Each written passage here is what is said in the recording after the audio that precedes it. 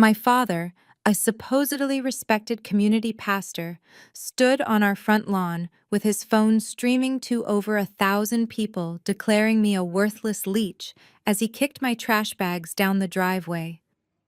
What he did not know was that the house he was kicking me out of legally belonged to me, and his precious golden child was married to a fraud.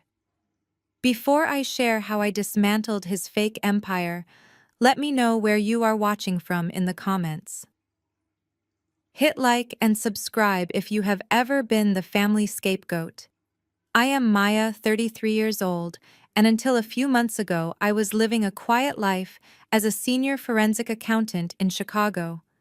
But my family thought I was an unemployed failure who came crawling back home. The Sunday sun beat down aggressively on the manicured lawn of my childhood home. Reverend Calvin, my father, wore a custom-tailored gray suit that cost more than my first car. He held his smartphone high in the air, making sure the camera captured my humiliation perfectly. 3 heavy black trash bags sat on the grass. One of them had torn open, spilling my modest clothes and a few pairs of shoes onto the sidewalk. Neighbors were already peeking through their blinds, drawn to the booming voice of the man who preached about grace every Sunday, but practiced cruelty at home. "This is what tough love looks like." "Church family," my father announced to his digital audience. His voice echoed down the quiet suburban street.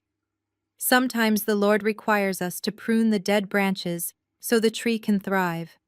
My eldest daughter, Maya, is 33 years old. She refuses to work. She refuses to contribute. Today I am washing my hands of this burden. He kicked the torn bag again, sending a sweater tumbling into the gutter. I stood silent on the driveway. I did not shed a single tear. I just watched the performance. On the porch, my younger sister Destiny leaned against the white brick columns. She was 29, the undisputed golden child, and currently wearing a designer dress paid for by the very man kicking me out. She was busy checking her own reflection in her phone screen, completely indifferent to the spectacle. Next to her stood her husband, Chad.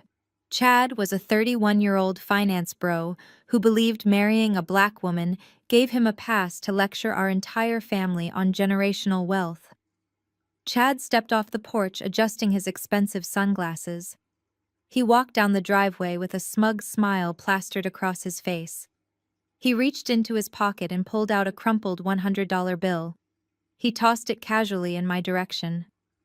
The bill fluttered through the thick summer air and landed near my feet. "Call an Uber," Maya, Chad said loud enough for the live stream to hear. "If you had listened to my real estate seminars, you would not be begging your parents for a roof over your head. You have a poverty mindset.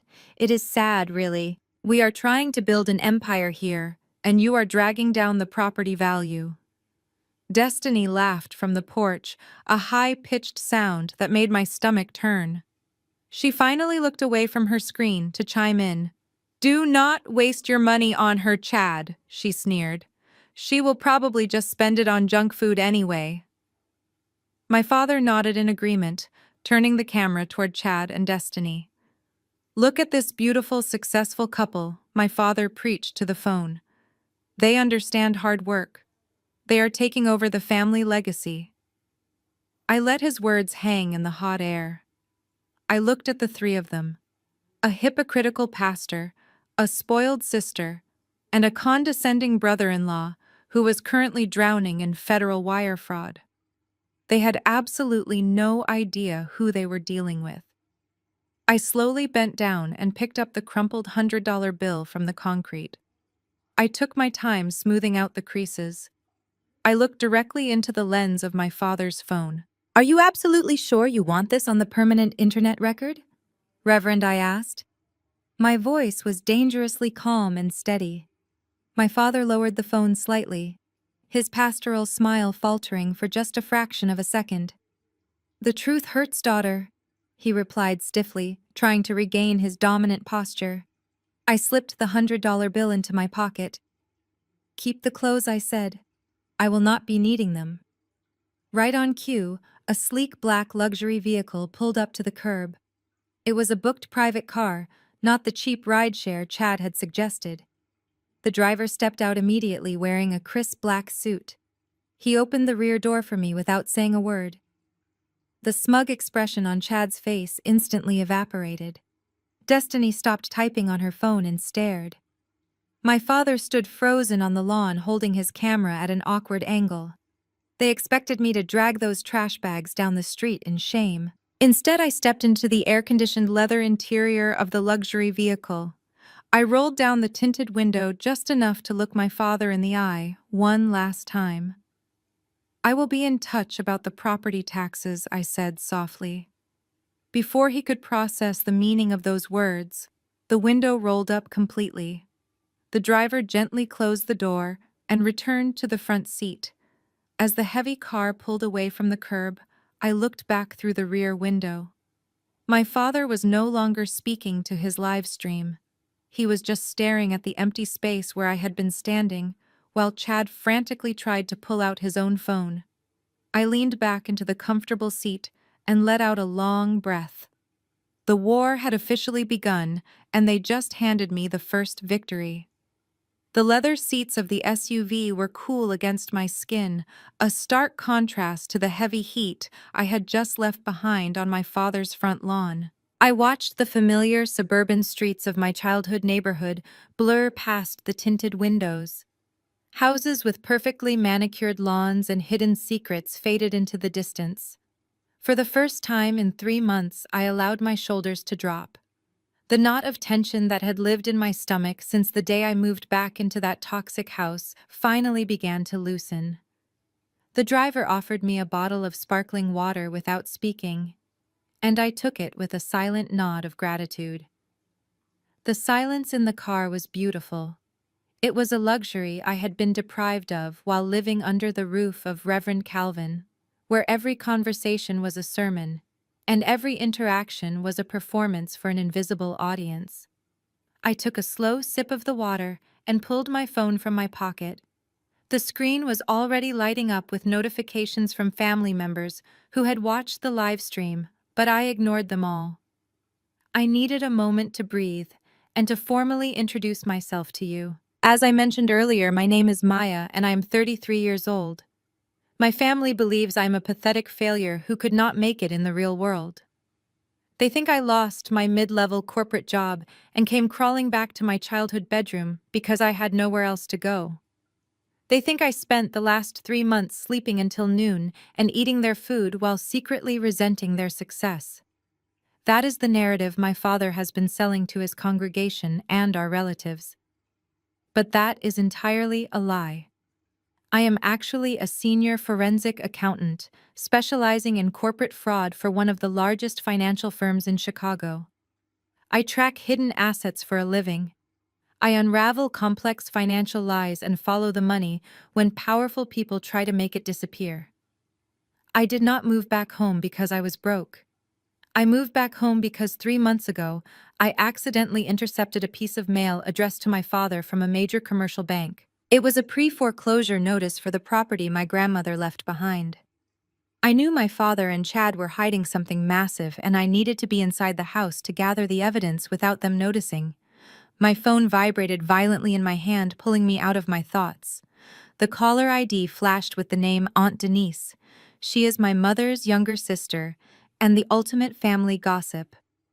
If my father is the cult leader of our family, Aunt Denise is his most devoted follower and enforcer.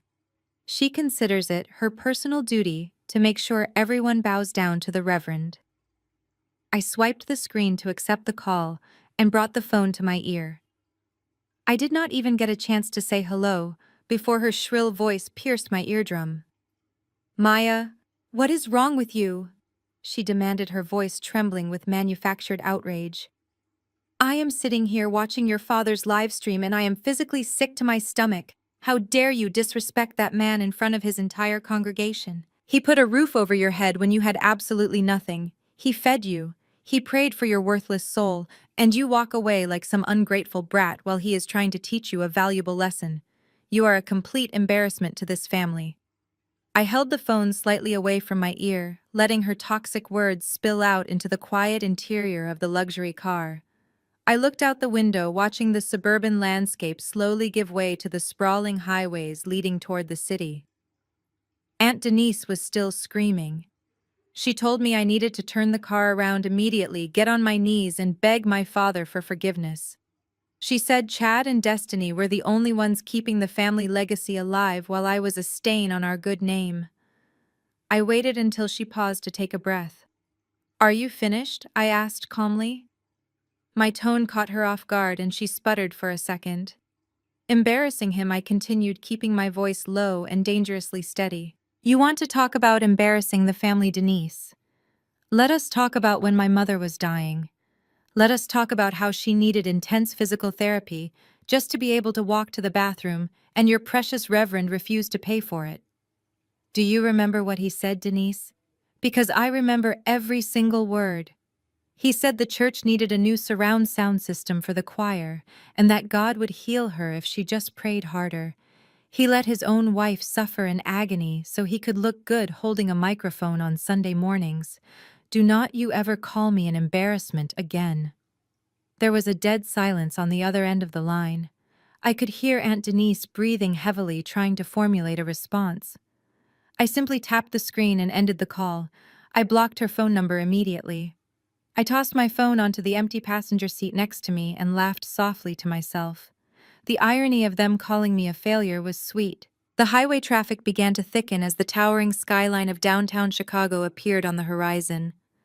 This was my real world, not the fake suburban kingdom my father ruled.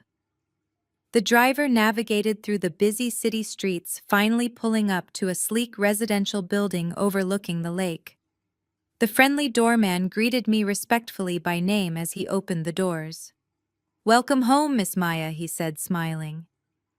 I stepped into the private elevator, swiped my key fob, and watched the numbers climb rapidly to the penthouse floor. The elevator doors slid open, with a soft chime revealing the expansive foyer of my penthouse. I stepped onto the polished hardwood floors, leaving the chaos of the suburbs far behind me. Floor-to-ceiling windows framed a stunning panoramic view of the Chicago skyline and the dark waters of Lake Michigan. The apartment was completely silent. There were no booming sermons from the hallway, no passive-aggressive sighs from the kitchen, and no condescending lectures about cryptocurrency from a brother-in-law who did not know the difference between a secure asset and a Ponzi scheme. I walked straight to the kitchen island, dropped my keys onto the marble counter, and took a deep breath of the crisp, air-conditioned air. I opened my dual-zone wine fridge and pulled out a bottle of vintage Cabernet Sauvignon that cost more than what my father paid for his weekly tailored suits. I poured a generous amount into a crystal glass, swirling the dark red liquid before taking a long, satisfying sip. The rich flavors grounded me. I walked over to my plush velvet sofa and sank into the cushions, resting my glass on the glass coffee table. I grabbed my tablet from the side table and woke up the screen. It was time to see exactly how much rope my family had decided to hang themselves with. I tapped the blue Facebook icon and navigated directly to Reverend Calvin's public page. I did not even have to search for the video. It was the first thing on his timeline, proudly displayed for his thousands of followers and our massive extended family. The live stream had ended over an hour ago, but the engagement metrics were skyrocketing. The video already had over 500 comments and the number was climbing every time I refreshed the page. I clicked on the comment section and leaned back, watching the cruelty unfold in real time. It was a digital firing squad and my family members were fighting over who got to pull the trigger first. Cousin Marcus had chimed in with a laughing emoji. He wrote, "I always knew her fancy accounting degree was a joke. Guess those calculators did not add up to a real job. Enjoy the homeless shelter, Maya." This was coming from a man who was currently dodging child support payments for 3 different kids. I scrolled past his comment and saw one from my Aunt Sarah, who sang in the church choir. She wrote, "It breaks my heart to see a child disrespect her parents after they graciously took her in. Praying the Lord breaks her spirit of laziness so she can learn humility." The hypocrisy was almost poetic. These were people who smiled in my face at Thanksgiving and asked me for free tax advice every April. Now they were feasting on my fabricated downfall like vultures. The overarching narrative in the comments was my supposed failure in the corporate world.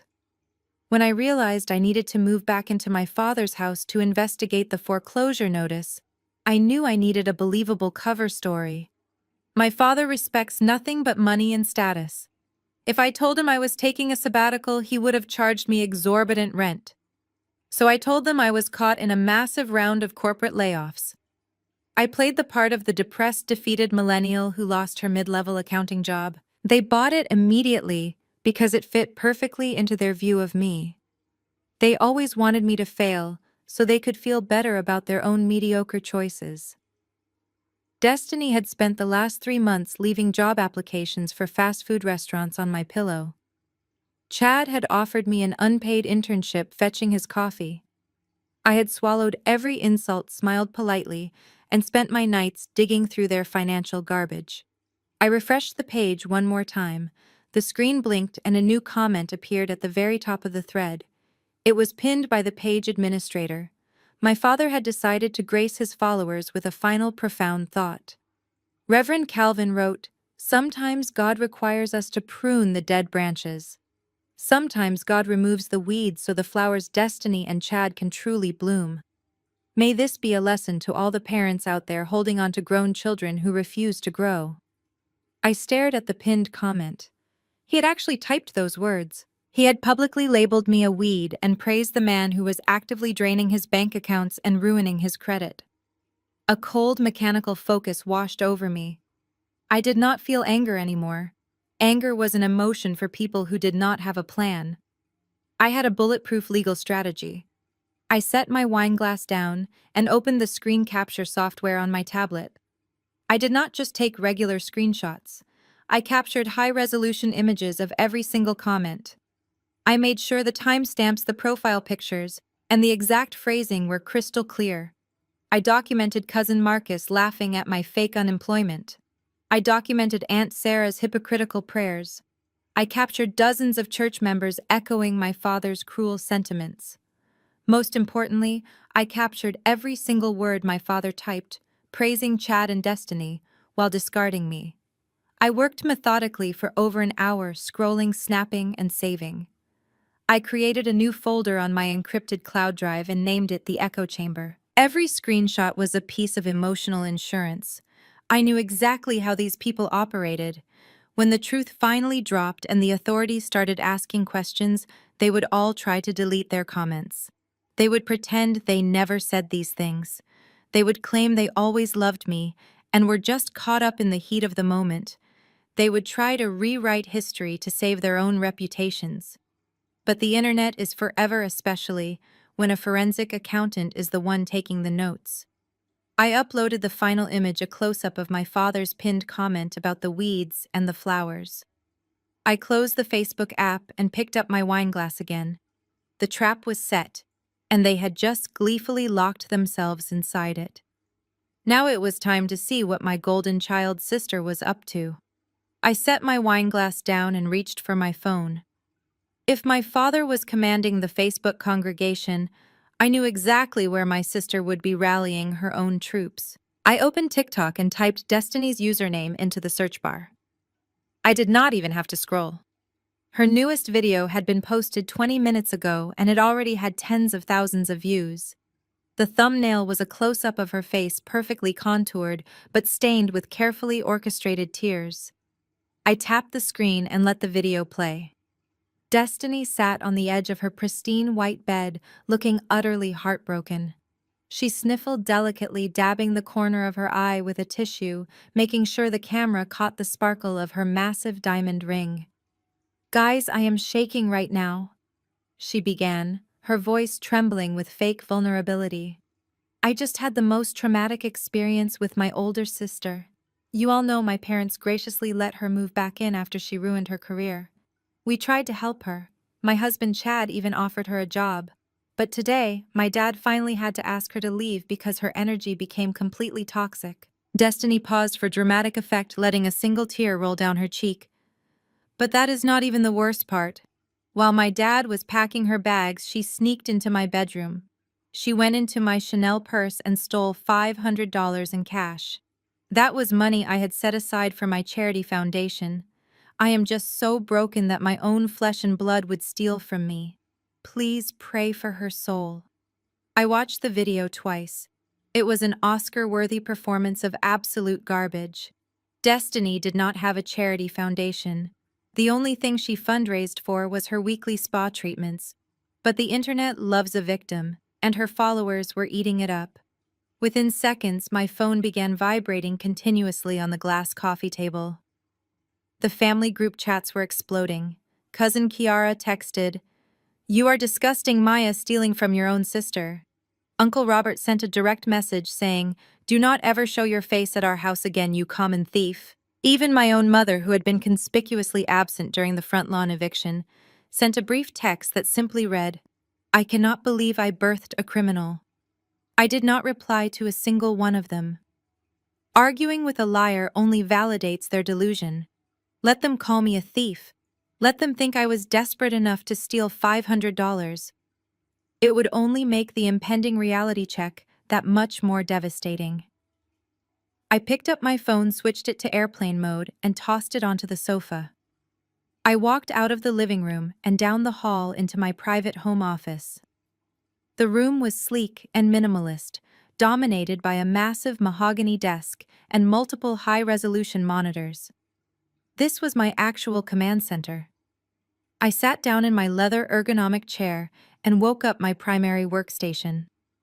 I bypassed the standard login screens using a secure biometric scan. I navigated through several layers of encrypted directories until I reached the main drive. There in the center of the screen was a single folder titled Grandma's Estate Foreclosure. I double-clicked the icon, and a massive database of scanned documents, financial records, and legal notices flooded the screen.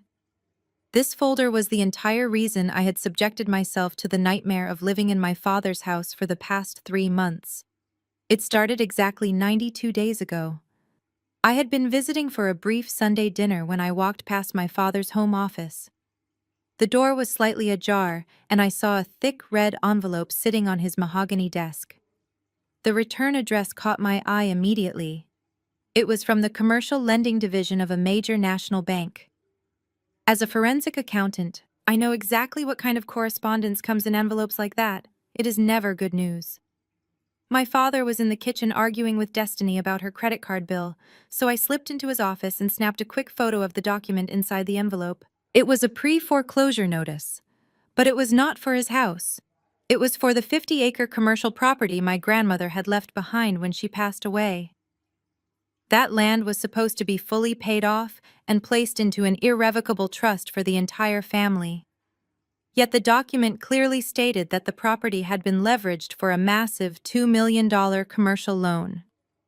A loan that was severely delinquent. I knew immediately that my father did not have the financial literacy to execute a complex commercial leverage of that magnitude.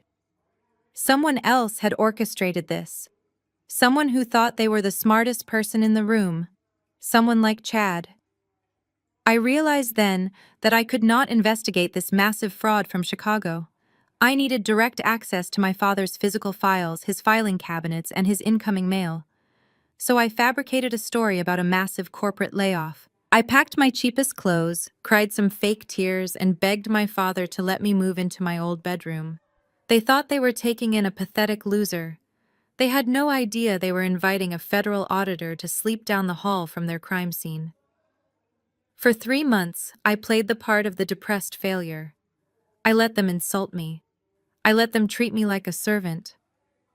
And every night while they were sleeping, I was quietly copying their hard drives, photographing their bank statements, and piecing together the exact trail of the stolen $2 million. I clicked on a subfolder labeled Bank Statements and smiled. Destiny was crying on the internet over a fake $500. I was looking at $2 million of real federal wire fraud, and I had all the receipts. As I sat staring at the digital evidence on my monitors, my phone screen suddenly lit up next to my keyboard. The caller ID displayed Chad. I did not answer it. I had absolutely no desire to hear his voice live. The call went to voicemail, but a few seconds later, a notification popped up indicating he had sent an audio message. Chad loved sending voice memos.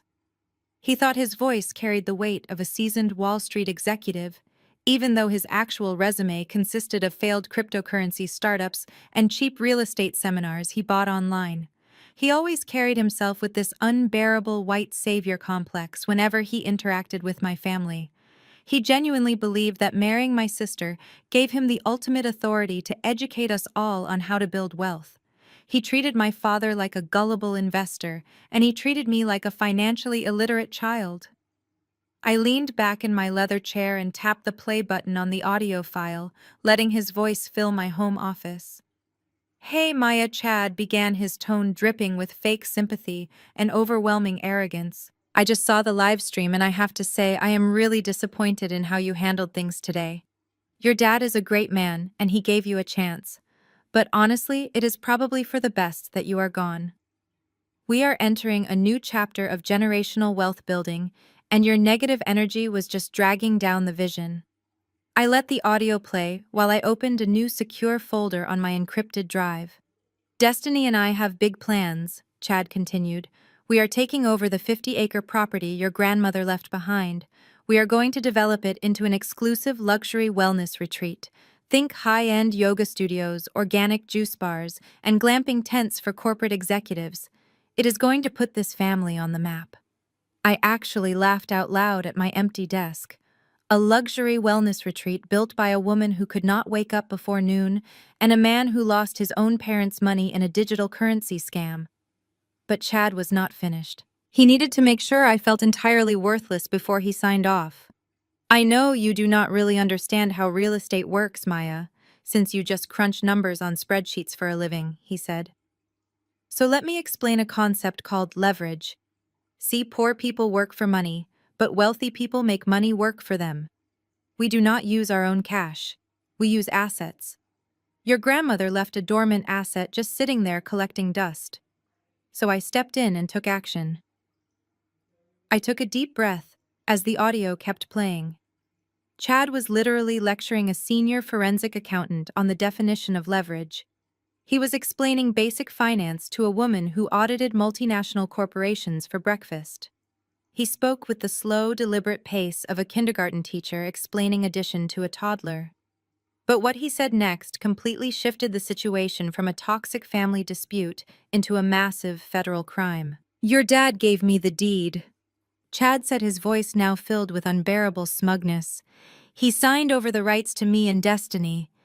And I took that deed to the bank and I leveraged it for a $2 million commercial development loan. We are fully funded, Maya. We are breaking ground next month, so do not bother coming back asking for a handout or claiming you have any rights to that land. You are completely cut out of the legacy. The future belongs to the risk takers. Good luck finding a new job." The audio message ended with a soft click. I sat in my chair, completely frozen for a few seconds, just processing the sheer stupidity of what I had just heard. He actually said it out loud. He recorded himself admitting to the crime and sent it directly to the victim. Let me explain exactly why Chad's smug little lecture was a death sentence for his freedom. My grandmother did not leave that 50-acre property solely to my father. She left it to the family trust. My father, my sister, and I were all equal beneficiaries under the law. In order to legally transfer that deed or leverage it for a commercial loan, every single beneficiary had to sign the authorization documents in front of a licensed notary. I never signed anything. I had been living away in Chicago for years, building my career. That meant Chad and my father had to completely forge my signature on federal bank documents to secure that $2 million loan. And now Chad had just sent an audio recording admitting that he orchestrated the leverage and took the money. He had just voluntarily confessed to multiple counts of federal wire fraud, bank fraud, and identity theft. I did not text him back. I did not call him to scream, cry, or argue. I simply downloaded the voice memo directly from the messaging application. I converted the audio file into 3 different secure digital formats.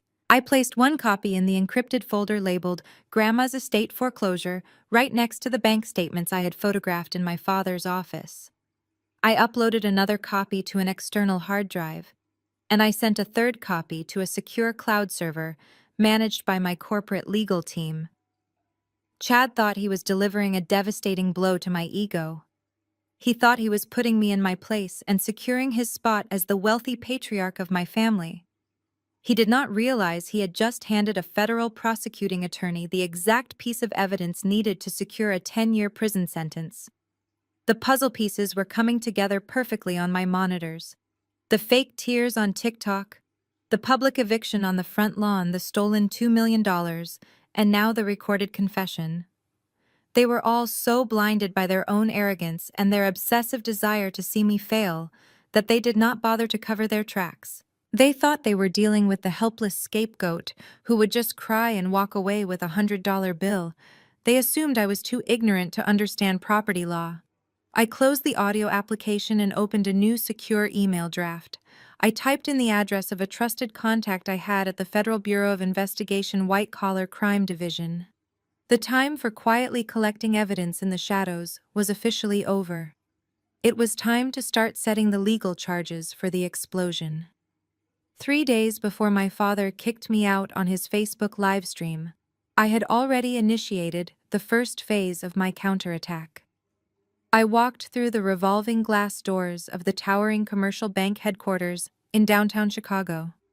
I was not wearing the oversized hoodies and faded jeans that my family had grown accustomed to seeing me in.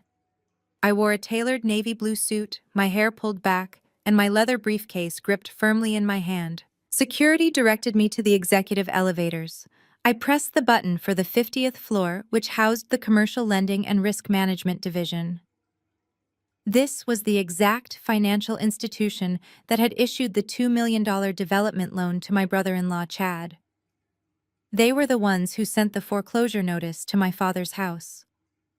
When the polished steel doors slid open, I walked down the quiet carpeted hallway toward the main reception desk. I gave the receptionist my name, and within minutes I was escorted into a massive glass-walled conference room overlooking the city.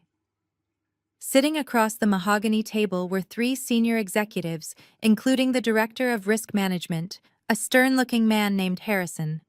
Harrison looked at me with a mixture of pity and extreme annoyance.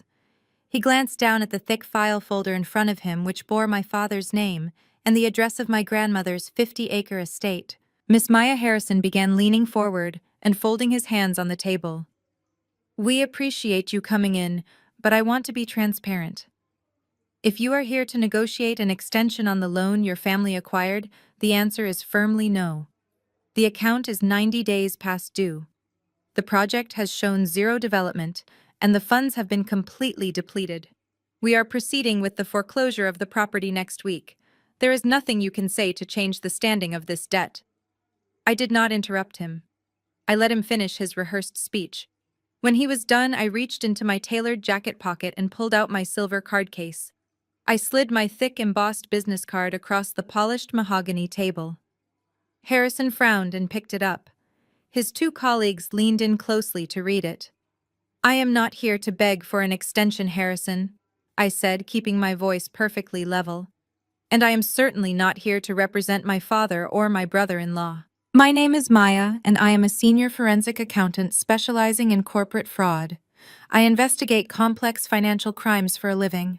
I audit institutions exactly like yours when they make catastrophic compliance failures." The temperature in the room seemed to drop immediately. The patronizing pity on Harrison's face vanished, replaced by a sudden sharp caution. The executives shifted uncomfortably in their expensive leather chairs.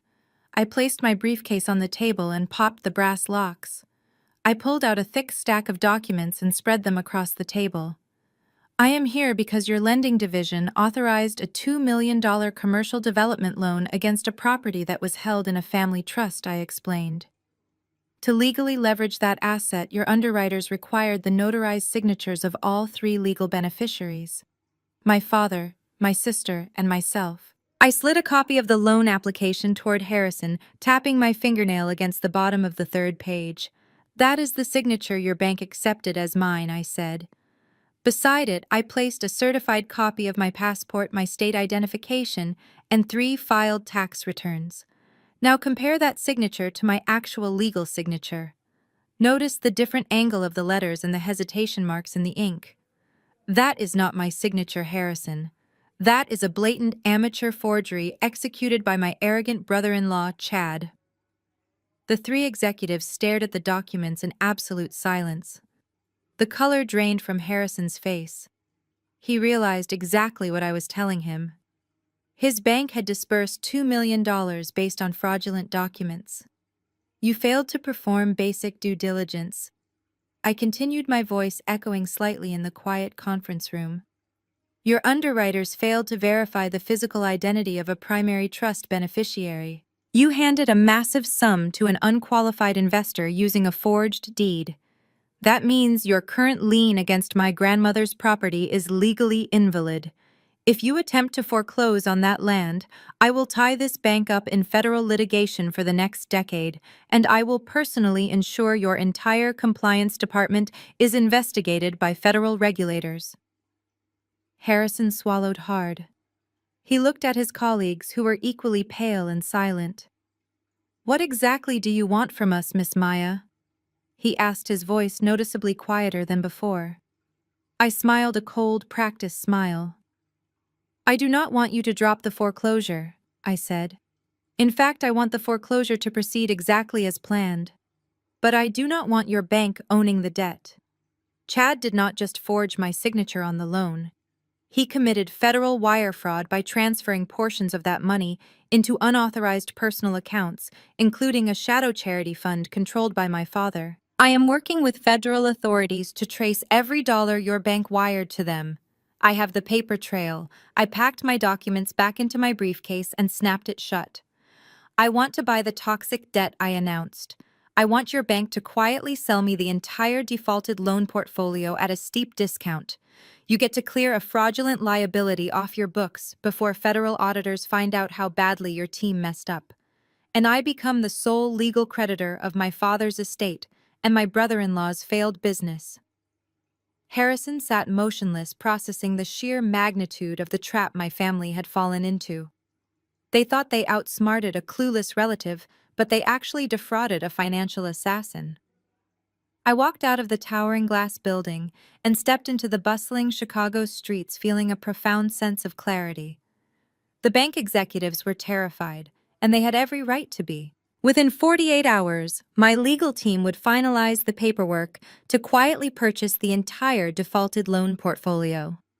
But before I officially became my father's worst nightmare, I needed to know exactly where the stolen $2 million went.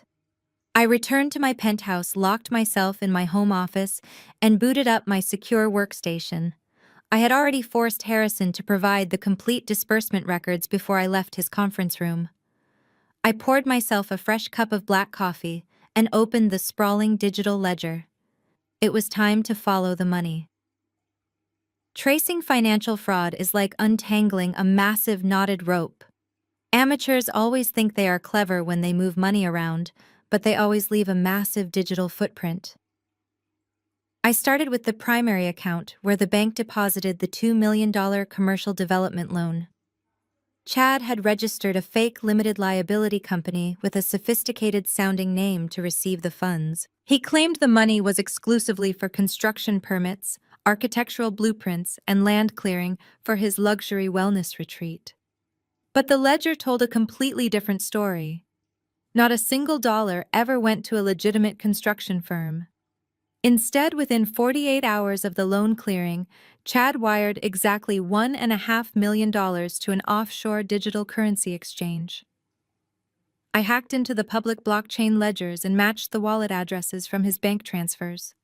My arrogant brother-in-law, the man who constantly lectured me about generational wealth and poverty mindsets, had dumped 75% of the family legacy into a highly volatile, untested cryptocurrency token. He thought he was a financial genius trying to double the money overnight before breaking ground on his fake wellness retreat. But the digital market crashed, completely wiping out the token's value in a matter of hours. I watched the transaction history as his $1.5 million investment plummeted to a worthless balance of less than $400. Chad had quite literally burned my grandmother's legacy to ashes in cyberspace. That explained the first massive portion of the missing funds, but there was still a huge discrepancy. There was exactly $500,000 left from the initial commercial loan. I clicked on the next line of the bank ledger, and my blood ran completely cold. Chad did not lose all the money in his crypto disaster. He had executed a secondary wire transfer just days after receiving the funds. The destination account was not registered to a business or an investment firm.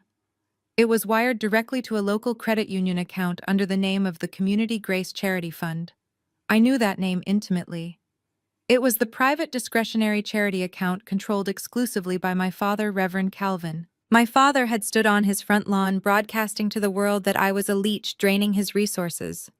Meanwhile, he had quietly accepted $500,000 of stolen federal funds. I pulled up his personal financial records and cross-referenced the dates of the wire transfer. The puzzle pieces violently snapped together. 2 weeks after the $500,000 hit his charity account, my father suddenly drove home in a brand new custom-tailored Mercedes-Benz.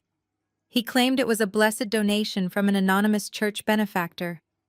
A month later, he renovated his pastoral office with imported Italian leather furniture and started wearing suits that cost more than my entire college tuition.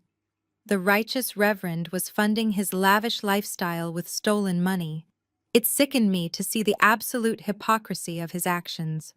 My father allowed my mother to suffer without proper medical care because he claimed the church was financially struggling. He kicked me out onto the street with absolutely nothing while preaching about the value of hard work.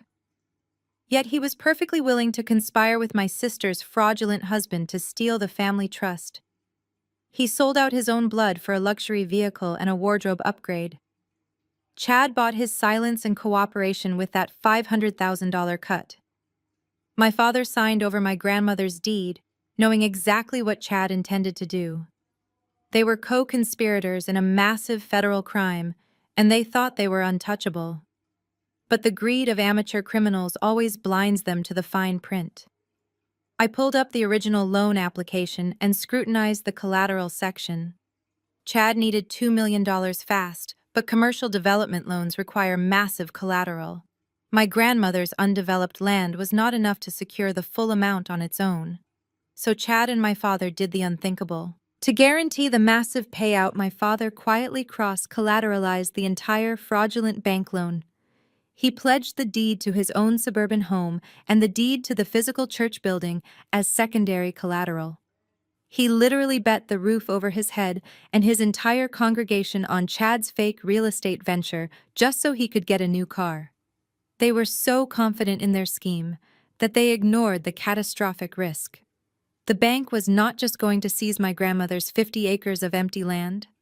The notice of default I had intercepted clearly stated that all collateralized assets were subject to immediate seizure.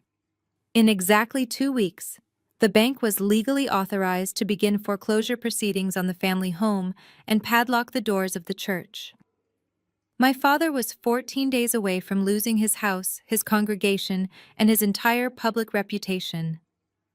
And because I was now finalizing the purchase of that exact debt, I was the one holding the keys to his destruction. I owned the paper that could make him homeless. Their online echo chamber was about to become the venue of their ruin. Their online echo chamber was about to become the venue of their ruin. I opened my secure conference line. My corporate attorneys usually handled billion-dollar mergers, but today they worked on a personal project for me. I instructed attorney Marcus to draft the debt assignment contract. I was buying the loan to assume absolute financial dictatorship over the people who tried to destroy me. Purchasing this portfolio required massive liquid capital. My family assumed I was broke because I avoided designer clothing. They did not know I spent years aggressively investing my high salary into real estate. I liquidated exactly $1.8 million in assets. The bank eagerly took a slight haircut on the principal to wash their hands of Chad's fraudulent nightmare. At 10 in the morning, my legal team initiated a secure video conference with Harrison and the bank's legal department. The tension on the screen was thick enough to cut with a knife. The banking executives knew they were caught in a massive federal compliance violation. If regulators discovered they approved a $2 million loan based on a single forged signature, their entire division would face catastrophic fines. I gave them a very simple, non-negotiable ultimatum. Sell me the debt entirely and assign all collateral rights directly to my holding company. In exchange, I would sign an ironclad non-disclosure agreement regarding their underwriting incompetence. Harrison looked like a man incredibly relieved. He agreed immediately without trying to negotiate the price. Within 2 hours, the electronic wire transfer was complete. The massive sum of funds left my brokerage account and settled quietly into the bank's institutional ledger. By 3 in the afternoon, the digital ink was dry on the official assignment of debt. I printed the confirmation documents on my home printer. The warm pages slid out, carrying the weight of absolute authority. I picked up the heavy stack of papers and read through the legal jargon line by line. It was officially done. The National Bank was no longer the creditor. My private limited liability company, aptly named Pruned Branch Holdings, was now the sole legal owner of the $2 million debt. I sat back in my ergonomic desk chair and let the sheer reality of the situation wash over me. I was no longer the discarded scapegoat daughter begging for scraps of basic respect from a narcissistic father. I was no longer the target of a cheap smear campaign orchestrated by a jealous sister. I was the absolute legal master of their entire financial universe. I owned the primary promissory note on the 50-acre estate my grandmother had painstakingly acquired over her lifetime. I owned the primary mortgage lien on my father's sprawling suburban fortress. I even held the exclusive collateral rights to the physical building of the Community Grace Church. If my father missed a single scheduled payment, I had the legal right to change the locks on his sacred sanctuary and evict him from his own pulpit. And because the original loan was already 90 days in default, that right of eviction was active and enforceable immediately. While I was quietly orchestrating the greatest financial hostile takeover in my family's history, they were busy celebrating their imaginary victory online. I picked up my phone and checked my sister's social media. Destiny had just posted a new, highly filtered photo. She and Chad were standing in front of a luxury exotic car dealership. The caption read, "Shopping for the new company fleet. Big things are coming for our exclusive wellness retreat. God is always so good to those who hustle." I shook my head at the sheer breathtaking delusion. Chad had less than $400 left in his crypto wallet, and my father had blown the rest of the stolen cash on his custom Mercedes. They were completely broke and living entirely on borrowed time, but they were still trying to flex for their internet followers. My father was equally detached from reality. He posted a lengthy self-righteous sermon on his Facebook page about the biblical importance of cutting off toxic family members to protect your spiritual peace. Hundreds of his devoted church members were liking and sharing the post, praising his wisdom and pastoral strength. He was basking in the warm glow of his manufactured martyrdom, completely unaware that the daughter he just threw onto the concrete street now held the literal deed to the roof over his head. They were dancing happily on the deck of the Titanic, and I was the one holding the remote control to the iceberg. My lead attorney Marcus called me later that evening to confirm the final county filings had been registered with the clerk's office. "You are locked and loaded, Maya," he said, his voice laced with deep professional satisfaction. "You have full legal authorization to initiate immediate foreclosure and asset seizure at your complete discretion. How do you want to handle the service of process? Usually we send a standard process server to the residence, but given the highly fraudulent nature of the underlying collateral, we can also involve federal authorities right now." I looked at the sleek digital calendar on my desk. I did not want to just send a random process server to knock on their door on a quiet, boring Tuesday morning. That was far too easy. That would give them time to hide in their house, call sleazy lawyers, and spin a new victim narrative to the congregation. I needed a massive public venue. I needed an audience that rivaled the one my father had maliciously weaponized against me on his live stream. I needed to look them directly in the eye when I dropped the financial hammer. I told Marcus to hold the physical documents for now. I was going to deliver the notice of default personally. I hung up the phone and smiled. The trap was fully armed and I just needed the perfect occasion to spring it. The universe, as if reading my exact mind, delivered that perfect occasion the very next morning. The universe, as if reading my exact mind, delivered that perfect occasion the very next morning. I was sitting at my kitchen island sipping a hot espresso and reviewing the digitized copies of the foreclosure documents, when my cell phone buzzed against the marble countertop. I glanced at the screen and saw my sister, Destiny's name. We had not spoken directly since the day I was humiliated on the front lawn. I picked up the phone and unlocked it. Destiny had not sent a text apologizing or checking on my well-being. Instead, she had sent a high-resolution image of an incredibly gaudy invitation. It was printed on heavy black cardstock with elaborate gold foil lettering that screamed new money. I zoomed in on the image to read the cursive text. The invitation was formally requesting my presence at the Community Grace Church 30th Anniversary Gala. But right below the church details was a second prominent announcement. The event was also serving as the official groundbreaking ceremony and investor reveal for the luxury wellness retreat, spearheaded by none other than my brother-in-law Chad. I stared at the image, letting the sheer audacity of the event sink in.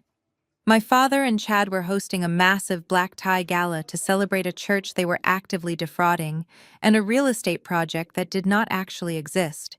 They had used the remaining stolen money to rent out the grand ballroom at the most expensive country club in the county. They were planning to stand in front of their congregation, the mayor and wealthy local donors, to flaunt their imaginary success. And my sister wanted to make sure I knew exactly what I was missing. Below the image of the invitation, Destiny had typed out a long paragraph. "Hey Maya," she wrote, her tone practically dripping with condescension through the screen. "I know, things have been really hard for you since Dad had to kick you out. We are hosting a massive gala this weekend for the church anniversary and Chad's new development project. Dad said you are still technically family, so you can come if you want to. But you have to stand in the back near the kitchen doors so you do not ruin the aesthetic for the photographers. Also, Chad told me to tell you that once the wellness retreat is built, he might be able to hire you as a janitor or a housekeeper. We know you are struggling to find work with that useless accounting degree, and we believe in giving second chances to people who hit rock bottom. Let me know if you need to borrow a dress. I have some old ones. I was going to donate to a charity bin anyway." I read the message twice. I did not feel a single ounce of anger. Instead, a deep, genuine laugh bubbled up from my chest and echoed through my empty penthouse. Destiny thought she was delivering a crushing blow to my self-esteem. She thought she was establishing her absolute dominance as the wealthy, successful golden child, throwing scraps to her impoverished older sister. She was offering me a job, cleaning toilets in a building that was never going to be built on land that she no longer owned. It was a fake peace offering designed entirely to humiliate me in front of hundreds of people. She wanted me to show up in a hand-me-down dress, stand in the shadows and watch them soak in the applause. She wanted to look down from the stage and see my defeated face. It was the most beautiful mistake she could have possibly made. I had been sitting in my office just last night, trying to figure out how to serve them the legal foreclosure papers in a way that would shatter their public facade.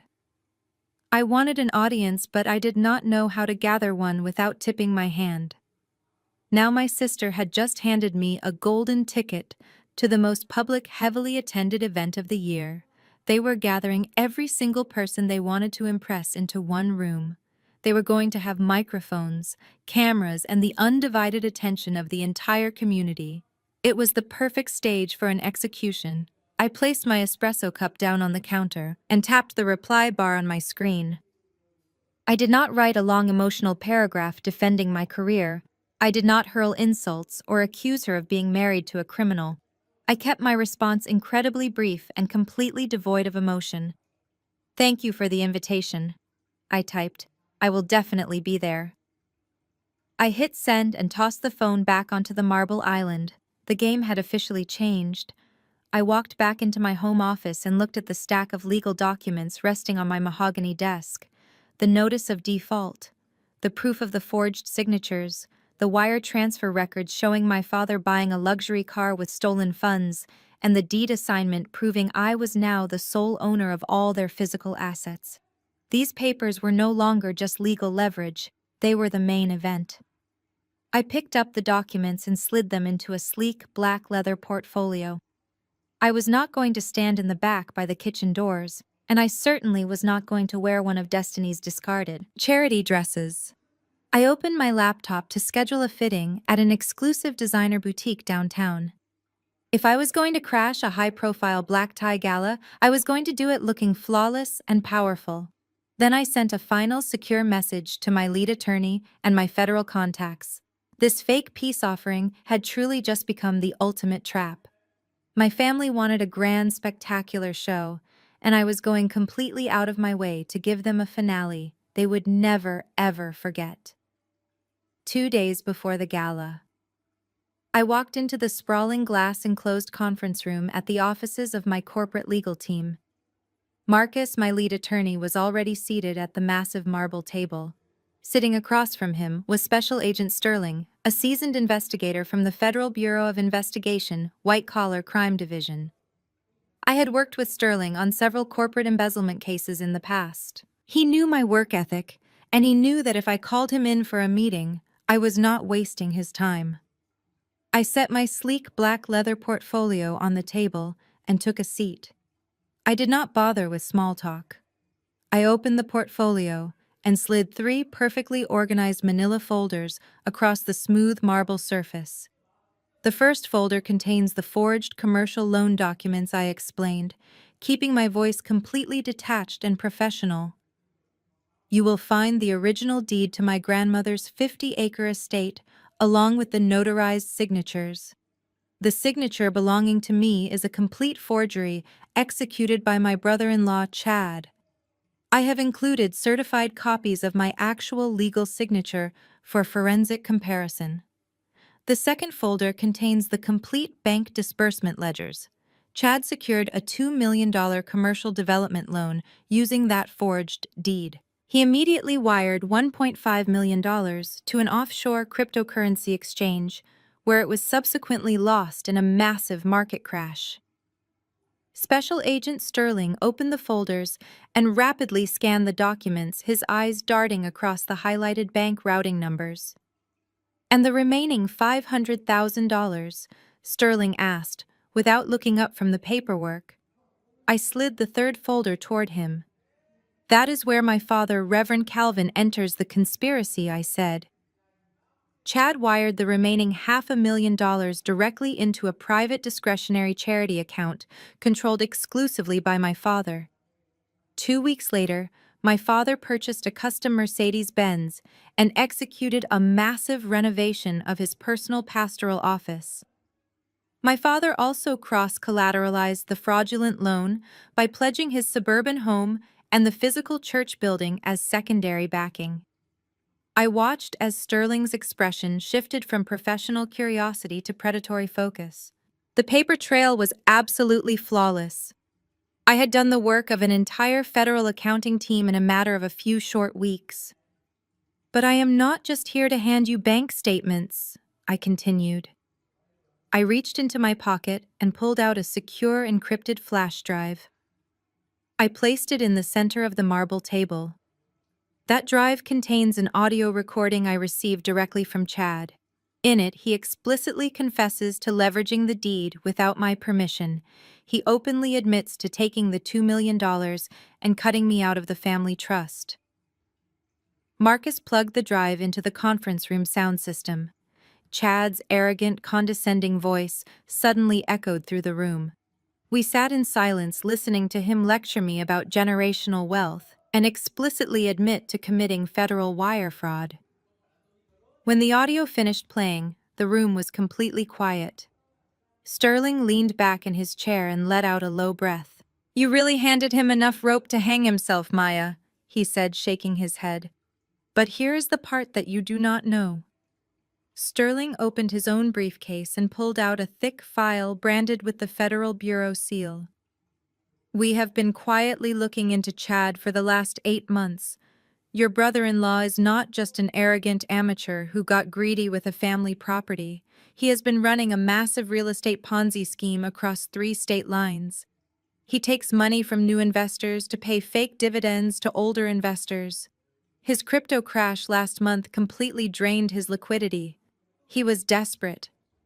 That $2 million loan he stole from your family was a frantic attempt to plug the massive holes in his sinking ship. I absorbed this new information without flinching. It made perfect sense. The aggressive lectures, the fake luxury lifestyle, the desperate need to look successful. It was all a house of cards waiting to collapse. So what is the next step? I asked, looking directly at Sterling. The agent tapped his pen against the table. With this audio confession and the forged documents you just provided, we have more than enough probable cause to secure immediate federal arrest warrants, he explained. A judge will sign off on this by tomorrow morning. We were planning to pick him up at his house later this week, but I want to minimize the risk of him fleeing or destroying evidence. We need to know his exact schedule. This was the moment I had been waiting for.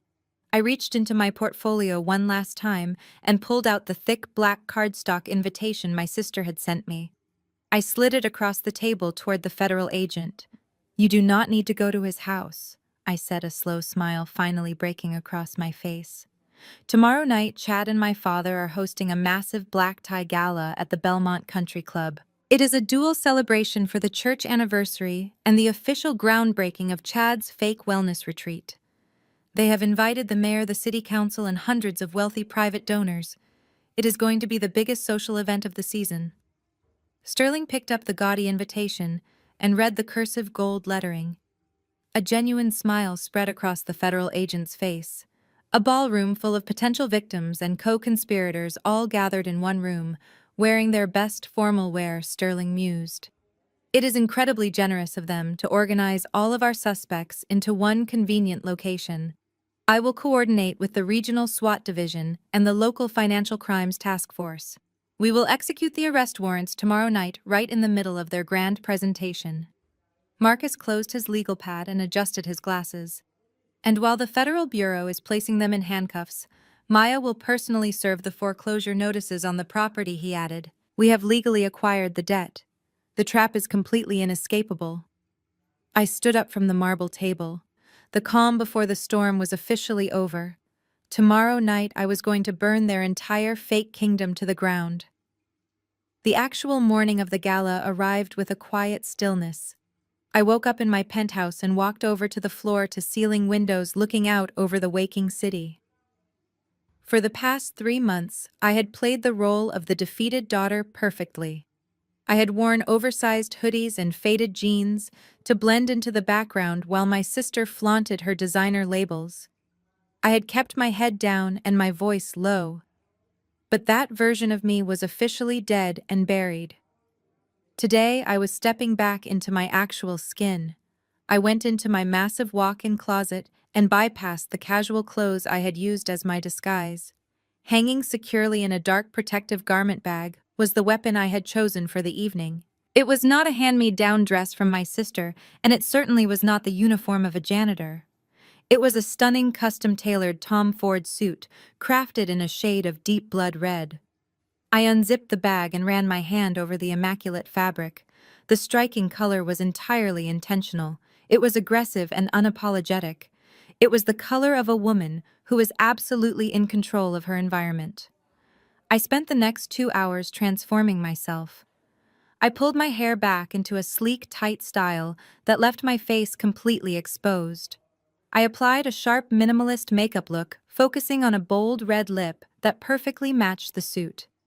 When I finally slipped into the tailored trousers and the perfectly fitted jacket, I looked at my reflection in the full-length mirror.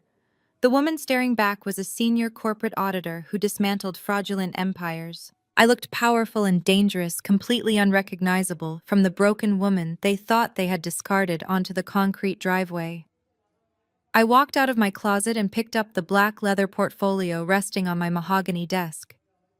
Inside were the foreclosure notices, The forged deed, the bank ledgers, and the final assignment of debt. They carried the weight of absolute financial ruin for the people who had tried to destroy me. I carefully slid the portfolio under my arm, feeling a profound, unshakable sense of readiness. Just as I was checking my watch, my phone began to vibrate violently on the marble kitchen island. I walked over and looked at the glowing screen. It was a barrage of text messages from Aunt Denise. Even though I had blocked her previous number, she had managed to borrow my Uncle Robert's phone just to harass me before the event. She could not resist playing the family enforcer. I opened the message thread and read through the long paragraphs of toxic warnings. Maya. I know Destiny invited you out of the goodness of her heart, Aunt Denise wrote, but you need to understand your place tonight. Your father has important city officials and wealthy donors attending. Chad is about to launch a multi-million-dollar real estate project that will bless this entire family. Do not do anything to embarrass the Reverend or the rest of us. You need to come in quietly through the side entrance and stay in the back near the catering staff. Do not try to mingle with the important guests, and do not talk about your unemployment. We are already dealing with enough stress without you ruining the aesthetic of the evening. Just be grateful they are even letting you breathe the same air as successful people. I read the messages and felt absolutely nothing but a cold surgical calm. Aunt Denise was so entirely blinded by her devotion to my father's fake image that she could not even fathom the reality of the situation. She genuinely believed that Chad was a visionary entrepreneur and that I was a pathetic charity case. She was trying to protect a glass house while I was standing outside holding a massive boulder. I did not write a long emotional paragraph defending myself. I did not try to explain that the multi-million-dollar project was actually a massive federal crime. I just tapped the screen and typed a single short reply. Do not worry, Aunt Denise, I am just bringing some paperwork. I hit send and immediately blocked Uncle Robert's number as well. I turned off the notifications on my phone and dropped it into my pocket. The time for talking was completely over. I walked out of my penthouse and took the private elevator down to the lobby. The same sleek black luxury vehicle that had picked me up from my father's front lawn was waiting for me at the curb. The driver opened the door and I slid into the quiet leather interior. We merged onto the highway heading toward the Belmont Country Club. The drive took exactly 45 minutes, but it felt like a lifetime of preparation, culminating in this single night. I spent the entire smooth ride looking out the tinted window, watching the bright city lights blur past me. I went over the sequence of events in my mind. Special Agent Sterling and his federal task force were already in position waiting for my signal. My lead attorney Marcus was on standby to file the final electronic injunctions the moment the handcuffs clicked. My family had spent my entire life trying to make me feel small and insignificant. They thought they could throw me away and build a fake legacy on top of my stolen inheritance. As the luxury vehicle pulled through the massive wrought iron gates of the exclusive country club, I saw the grand ballroom brilliantly illuminated against the dark night sky. Valet attendants were rushing to park expensive cars and guests in formal wear were walking up the grand staircase. I took a deep breath and stepped out of the vehicle, adjusting the lapels of my blood-red suit. The grand stage was perfectly set, and the ultimate predator had officially arrived to collect her due. I walked up the grand stone steps of the Belmont Country Club, feeling the heavy mahogany doors yield to the uniformed staff who pulled them open. The immediate wave of air conditioning carried the scent of expensive floral arrangements and roasted tenderloin. The grand ballroom was a spectacle of stolen wealth. Massive crystal chandeliers hung from the vaulted ceilings, casting a warm golden glow over 300 of the city's most influential residents. I saw the mayor shaking hands near the champagne fountain. I saw the wealthy private donors who funded my father's church, standing in small circles laughing and sipping top-shelf liquor. There were massive glossy banners positioned around the perimeter, displaying architectural renderings of Chad's imaginary luxury wellness retreat. It was a masterclass in visual deception. My father and my brother-in-law had spent thousands of dollars of stolen federal funds just to convince these people to hand over even more money. They were playing a high-stakes game of smoke and mirrors, and I was the only person in the room holding a giant fan. I stepped fully into the ballroom, and the impact of my custom blood-red suit was instantaneous. In a sea of conservative black tuxedos and muted pastel evening gowns, I looked like a walking warning sign. The conversations near the entrance abruptly stopped. Heads began to turn, and the sudden silence rippled outward like a stone dropped into a quiet pond. I saw Aunt Denise standing near the dessert table. Her jaw practically unhinged when she recognized me. She had expected a broken woman sneaking through the kitchen doors in a charity bin dress. Instead, she was looking at an apex predator. The whispers started immediately. I could hear the hushed voices of my cousins and church members spreading the gossip as I walked confidently across the plush carpet. My posture was perfectly straight, and I held my black leather portfolio loosely at my side. I did not look at the floor. I made direct eye contact with anyone who dared to stare. Before I could reach the center of the room, two figures stepped directly into my path, intentionally blocking my progression toward the main seating area. It was Destiny and Chad. Destiny was wearing an overly embellished silver gown that looked more appropriate for a beauty pageant than a corporate launch. Chad wore a velvet tuxedo jacket that screamed desperation. His face was flushed with anger and panic. "What are you doing here, Maya?" he demanded, keeping his voice low, but completely laced with venom. "We told you to stay in the back. You are making a spectacle of yourself." Destiny crossed her arms, her diamond ring catching the light. "I cannot believe you actually showed up," she sneered, looking me up and down. "And what is this outfit? Did you spend your last unemployment check trying to look rich? You look ridiculous." Chad stepped closer, trying to use his height to physically intimidate me. He leaned in so only the three of us could hear his next words. "Renting designer clothes will not hide the fact that you are broke, Maya," he scoffed. "I know exactly how much money you have, and it is nothing. You do not belong here with these investors. You are a liability to my brand. Turn around and walk out before I have security physically remove you from the premises." I did not step back. I did not flinch. I looked at Chad's sweating forehead and then at Destiny's fake eyelashes. I let a slow, terrifying smile spread across my face. "I am not wearing rented clothes, Chad," I replied, my voice smooth and perfectly calm. "And you do not have a brand. You have a criminal record waiting to happen. I suggest you go enjoy your champagne while you still have hands free to hold the glass." Destiny gasped at my tone, but before she could formulate a response, I simply stepped around them. I did not ask for their permission to move, and I did not give them another second of my attention.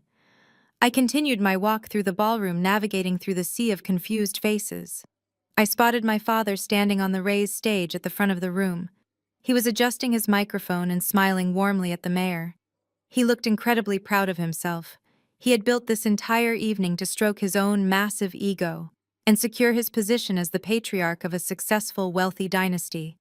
He had completely ignored the fact that his legacy was built on fraud, forgery, and the absolute betrayal of his eldest daughter. He was shaking hands with wealthy patrons, acting like a holy man, while his pockets were lined with stolen federal cash. I found an empty table situated directly in the center of the room, perfectly aligned with the center podium on the stage. I sat down in the plush velvet chair and placed my black leather portfolio on the white tablecloth right next to the crystal water goblet. Several church members sitting at the adjacent tables stared at me uncomfortably, but I simply offered them a polite nod. I slowly checked my gold watch. The time was perfectly aligned. Special Agent Sterling and his team were currently staging outside the perimeter of the country club, waiting for my signal. I looked around the room, analyzing the exits and the security presence. Everything was exactly where it needed to be. The orchestral music playing softly in the background suddenly faded out, and the ballroom lights dimmed. A single bright spotlight hit the center of the stage, illuminating my father as he stepped up to the podium. The crowd erupted into enthusiastic applause. The main event was finally beginning, and they had absolutely no idea that I was the one now controlling the entire script. This was the exact moment my family would finally learn the true cost of their blinding arrogance and their endless cruel betrayal. The ballroom grew entirely quiet as my father tapped the microphone. The sound echoed off the crystal chandeliers and the velvet-draped walls. He stood behind the heavy oak podium, looking out over the sea of wealthy donors and city officials. He began his speech with his signature deep pastoral voice. He welcomed the mayor and thanked the local politicians for their continued support of the Community Grace Church. He spoke eloquently about the importance of family and the divine calling to build a lasting legacy. He gestured dramatically toward the glossy banners displaying Chad's fake luxury wellness retreat. He called it a vision of generational wealth and a testament to the hard work of his youngest daughter, Destiny, and her brilliant husband, Chad. The crowd clapped politely, and my father soaked in the adulation. He was entirely in his element, performing for a room full of people he believed he had successfully fooled. But as his eyes swept across the grand ballroom, his gaze suddenly caught the vibrant blood-red fabric of my suit. I was sitting perfectly still in the absolute center of the room. My father stopped speaking mid-sentence. His pastoral smile faltered for a fraction of a second as he recognized me. He clearly had not expected me to actually show up, and he certainly had not expected me to look like a high-powered executive. I saw the gears turning in his head. He had two choices. He could ignore me and continue his scripted presentation, or he could use my presence to further elevate his own self-righteous image. Because he is a complete narcissist, he chose the latter. He gripped the edges of the podium and leaned closer to the microphone. A wide, condescending smile spread across his face. "Well, ladies and gentlemen, it seems we have a surprise guest joining us tonight," he announced, his voice booming through the massive speakers. "It looks like my prodigal daughter has returned." The crowd murmured and hundreds of heads turned to look at my table. My father did not break eye contact with me. As a pastor, I teach my congregation about the boundless nature of grace. He continued, his tone dripping with fake sympathy. "Sometimes we have to make the agonizing decision to practice tough love. Just a few weeks ago, I had to ask my eldest daughter, Maya, to leave our home. She had lost her way. She was struggling with severe unemployment, a lack of ambition, and a toxic mindset of entitlement. She chose to leech off her parents instead of contributing to society." A wave of uncomfortable laughter rippled through the ballroom. Some of the church elders nodded in solemn agreement, while the wealthy investors looked at me with open pity. I glanced over at the VIP table near the front. Destiny was covering her mouth, trying to hide a massive smirk. Chad was leaning back in his chair, looking incredibly pleased with himself. They thought my father was delivering the ultimate public humiliation. They thought this was the final nail in the coffin of my reputation. My father raised his hand to quiet the crowd. He wanted to make sure every single person in the room heard his next words. "But as I said, our church is built on forgiveness," he preached. "Maya, I am glad you found a way to get here tonight, even if you had to borrow that suit to do it. We love you, and we want you to heal. In fact, I think this is a profound opportunity for spiritual growth. Maya, I want you to come up here to this stage right now. I want you to publicly apologize to your sister and your brother-in-law for disrespecting their vision. I want you to ask this congregation for their prayers, so you can finally find a job and become a productive member of our family." The sheer audacity of his demand hung heavily in the air. He was ordering me to walk up to the stage and beg for forgiveness in front of the mayor and 300 wealthy donors. He was trying to force my absolute submission. The entire ballroom was completely silent, waiting to see what the broken, unemployed daughter would do. They expected me to shrink down in my chair. They expected me to run crying toward the exit out of sheer embarrassment.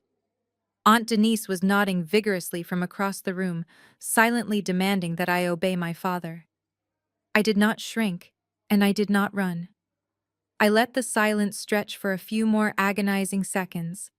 Then I slowly reached across the white tablecloth and picked up my heavy black leather portfolio. I pushed my chair back and stood up. The blood-red fabric of my suit caught the stage lights. I did not look at the floor. I kept my eyes locked directly on my father. I stepped away from the table and began walking down the center aisle toward the raised stage. The rhythmic sound of my heels clicking against the polished hardwood floor echoed clearly in the quiet room. My father watched me approach with a look of supreme triumph. He actually believed he had won. He stepped back, extending his hand in a gesture of fake paternal warmth. Destiny clapped mockingly from her front seat.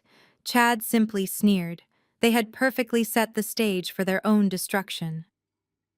I reached the bottom of the carpeted stairs. I walked up the steps with the calculated pace of an auditor entering a corrupt boardroom. I stood on the elevated platform looking out over the massive crowd. I was standing shoulder to shoulder with the man who had thrown me onto the street. I stopped directly in front of the heavy oak podium. I placed my black leather portfolio firmly on the wooden surface. I turned my head and looked directly into my father's confident eyes. The time for his fake sermons was completely over. I reached out and took the microphone firmly from his grasp. His fingers instinctively tightened around the sleek metal cylinder for a split second before my unwavering glare forced him to release it. He stepped to the side, maintaining his practiced smile, but his eyes betrayed a sudden flash of genuine uncertainty. He expected a weeping, broken apology. He expected me to stare at my shoes and beg for a place back in his house. Instead, I adjusted the microphone stand to my height and looked out at the sea of expectant faces.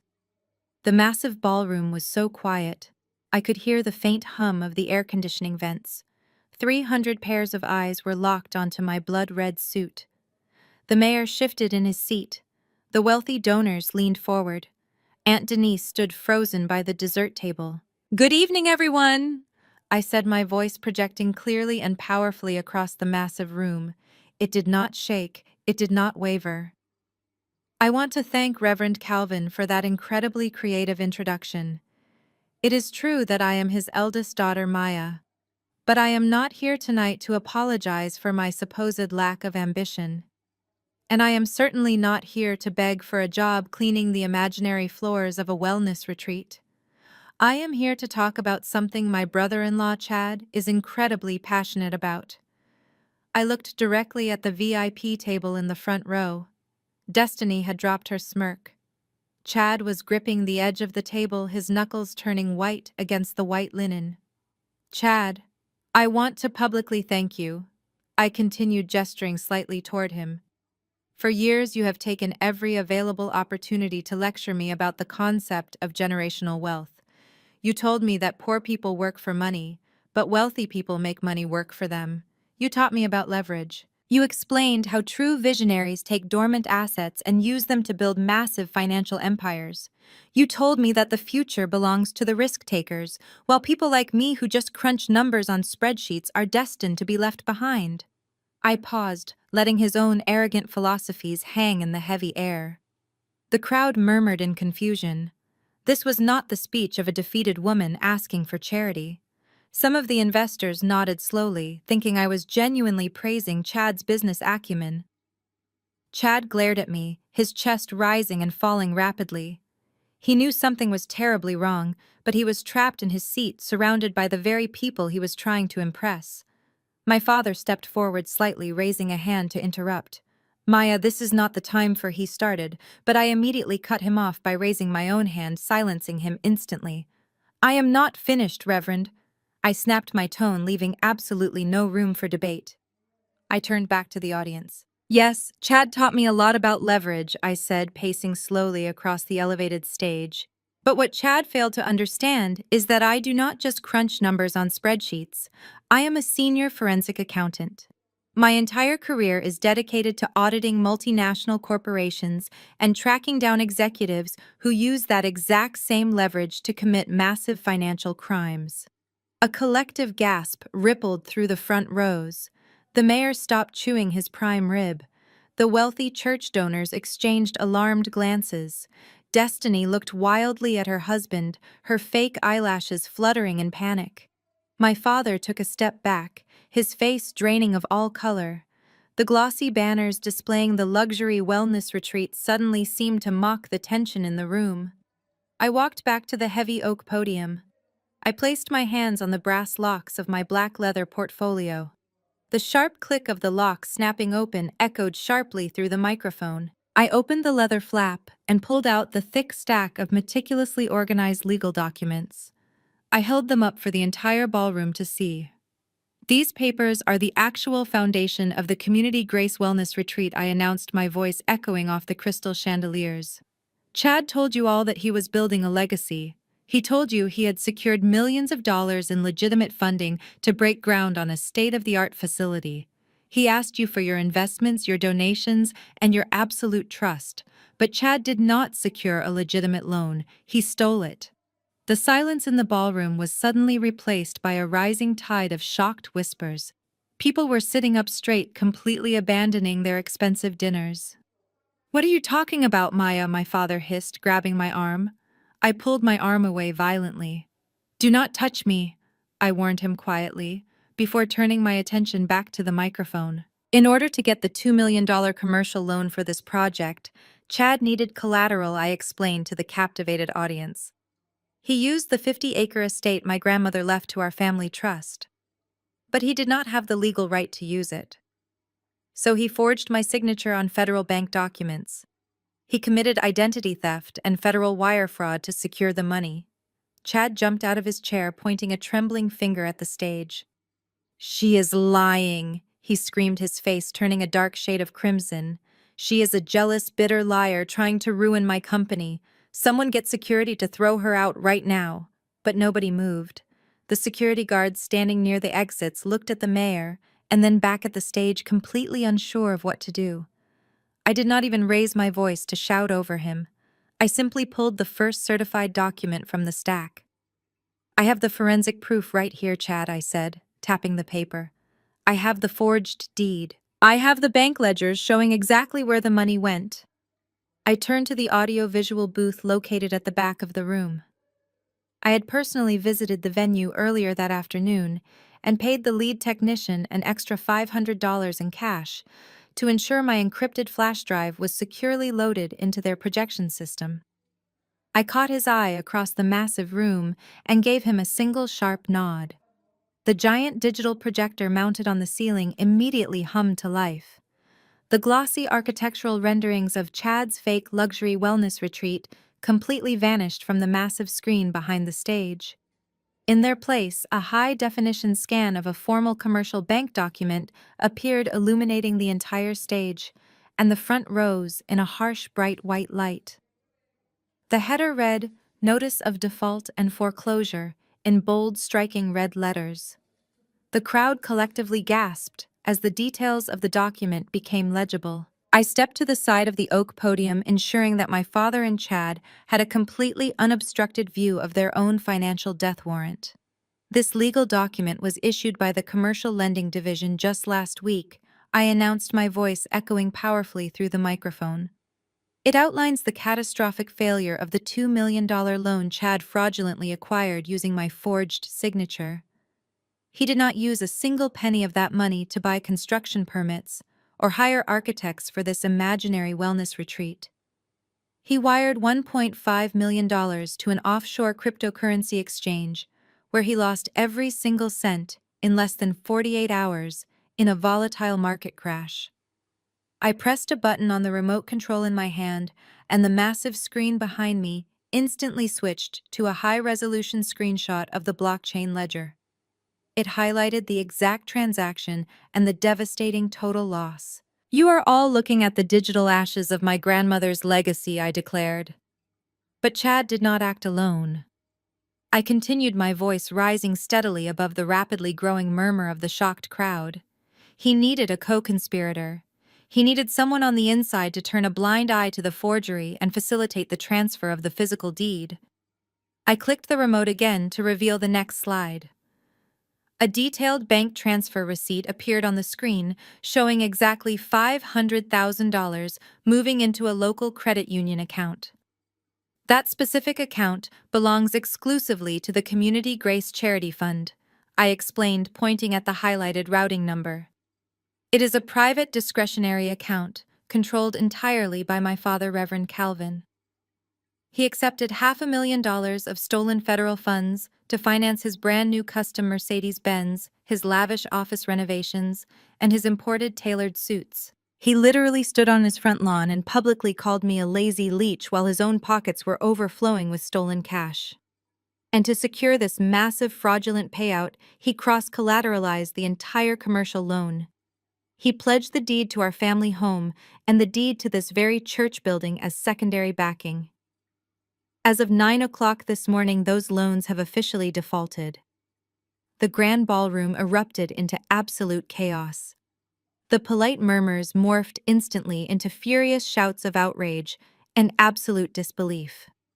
Wealthy investors who had already written substantial checks for the fake wellness retreat began standing up and angrily demanding answers from anyone who would listen.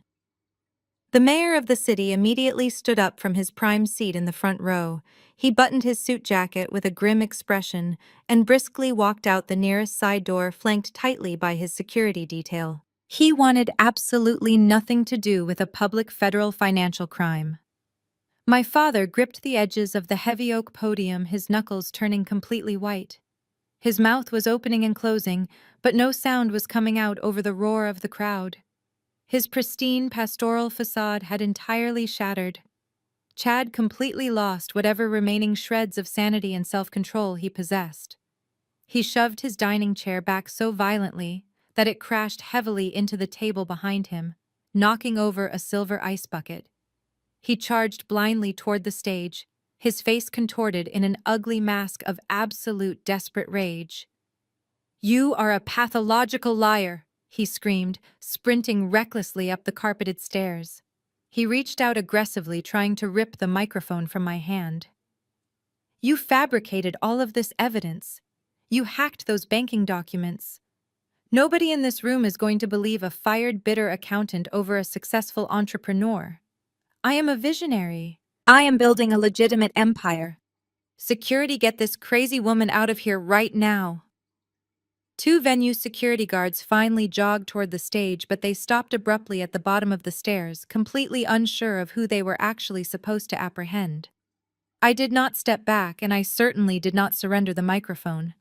I looked at Chad, who was panting heavily, his expensive velvet tuxedo jacket now completely ruined by his own panicked sweat. I let him scream his pathetic threats until his lungs burned. Then I raised the microphone back to my lips. "You are right about exactly one thing, Chad," I said, my voice slicing cleanly through the deafening chaos of the ballroom like a surgical blade. "I am an accountant, which means I know exactly how to read the fine print." The commercial bank was absolutely terrified when I showed their risk management team your amateur forged signature. They knew federal regulators would destroy their entire division for authorizing that massive loan without proper due diligence. So I offered their executives a highly mutually beneficial solution. I clicked the remote control one final time. The massive screen behind me shifted to display a formal assignment of debt contract. It prominently bore my legal holding company name and the official stamped seal of the county clerk. "I bought the toxic debt, Chad," I announced, dropping the final devastating hammer. My voice boomed with absolute, undeniable authority. "I liquidated my private real estate portfolios, and I purchased your defaulted commercial loan at a premium. The National Bank is no longer your creditor. I am. I am the sole legal owner of the $2 million debt. I own the primary promissory note on my grandmother's 50-acre estate. I own the primary mortgage lien on my father's suburban house, and I hold the exclusive enforceable collateral rights to the physical building of the Community Grace Church." Chad stared at the glowing screen, his eyes wide with a terror so pure and absolute, it was almost beautiful to witness. My father collapsed backward into the chair behind the podium, burying his face in his trembling hands as the reality of his impending homelessness crashed down upon him. Destiny began to wail loudly from the front row, a horrific, high-pitched sound of pure, unfiltered defeat and humiliation. Aunt Denise had slumped heavily against the dessert table, clutching her chest as her entire fabricated social hierarchy dissolved before her eyes.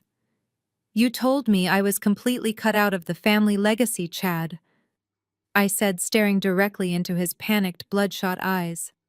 "You told me I did not belong here and that I should enjoy living on the streets.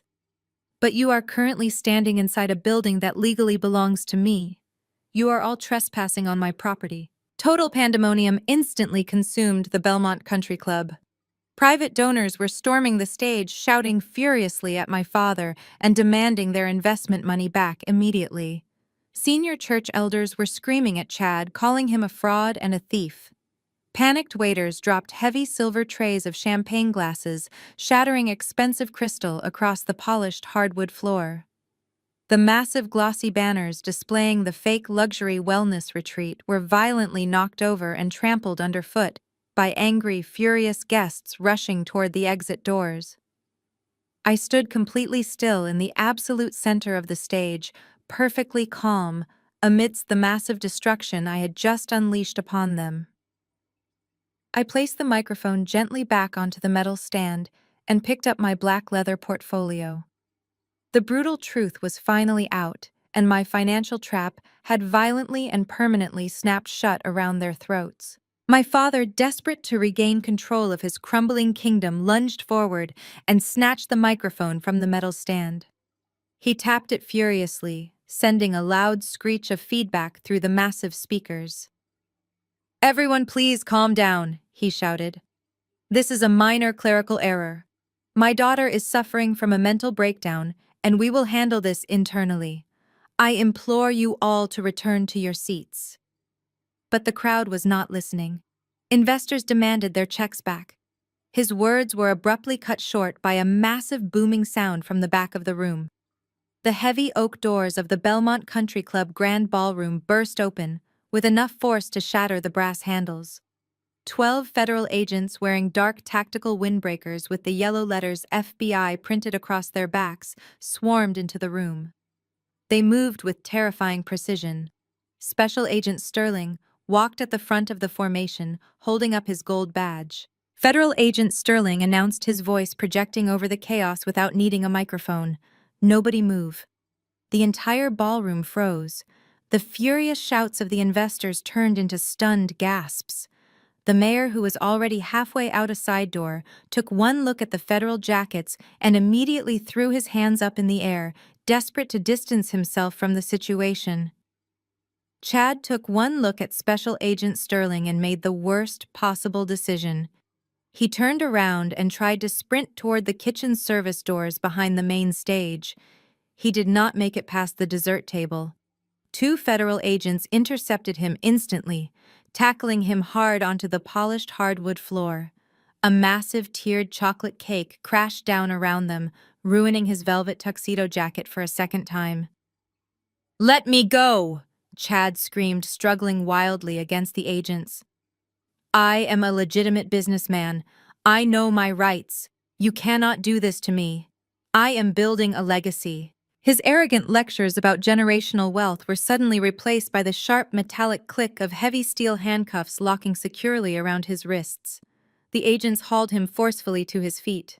"Chad, you are under arrest for multiple counts of federal wire fraud, bank fraud, identity theft, and operating an illegal Ponzi scheme," Sterling stated coldly, reading the charges loud enough for the entire room to hear. Destiny, who had been frozen in her front row seat, suddenly sprang to life. She let out a piercing, hysterical scream and ran toward her husband. "Chad," she shrieked, grabbing at the federal agent's arms. "Let him go. He is innocent. My sister set him up. She is just jealous of us." One of the agents gently but firmly pushed her back. Destiny collapsed onto her knees right in the middle of the ballroom floor. She began to sob uncontrollably. The thick black mascara she had carefully applied for the photographers was now running down her face in dark, ugly streaks, staining her expensive silver gown. She looked completely pathetic, stripped of all her fake glamour and internet prestige. The golden child was finally experiencing the real-world consequences of her absolute entitlement. Special Agent Sterling did not spare her a second glance. He left Chad with the arresting officers and walked deliberately up the carpeted stairs to the main stage. My father was still clutching the microphone, his mouth hanging open in silent horror. He looked like a deer caught in the headlights of a massive freight train. Reverend Calvin Sterling said, his tone devoid of any respect or sympathy. "We need you to come with us immediately. We have a federal warrant to detain you for questioning regarding your direct involvement in a conspiracy to commit bank fraud and the unlawful receipt of $500,000 in stolen funds." My father dropped the microphone. It hit the wooden stage floor with a loud thud. "I am a man of God," my father stammered, taking a weak step backward. "I am the spiritual leader of this community. I did not know where that money came from. Chad told me it was a donation. I am completely innocent." Sterling pulled a folded piece of paper from his jacket pocket. It was a printed copy of the encrypted audio file I had provided. "You can tell that to the federal prosecutor," Reverend Sterling replied. "We have an audio recording of your son-in-law explicitly stating that you signed the forged deed over to him. You are coming with us right now. Do not make us put you in handcuffs in front of your congregation." Two agents flanked my father, grabbing him firmly by the arms. The powerful, wealthy patriarch who had publicly evicted me on a live stream was now being escorted off his own stage like a common criminal. The church members watched in absolute stunned silence as their beloved pastor was marched down the center aisle. Aunt Denise was sitting in a chair holding a napkin to her chest, breathing heavily as she watched her entire worldview collapse. I stepped down from the stage, walking carefully down the carpeted stairs. I did not feel pity. I did not feel regret. I felt an overwhelming sense of profound justice. The chaos in the ballroom was beginning to subside, replaced by the stark reality of the federal raid. The investors were already talking to the remaining agents, filing official victim reports. I walked past the overturned tables and the shattered crystal. A terrified waiter had abandoned a silver tray on a nearby cocktail table. There was a single untouched glass of vintage champagne resting on the polished metal. I picked up the delicate crystal glass. I turned around and watched as the federal agents pushed Chad and my father through the shattered oak doors and out into the flashing red and blue lights of the waiting police cruisers. Destiny was still wailing on the floor, completely ignored by everyone she had previously looked down upon. I raised the glass of champagne slightly in a silent toast to the incredible efficiency of the federal justice system. I took a slow, satisfying sip. The bitter vintage tasted absolutely perfect.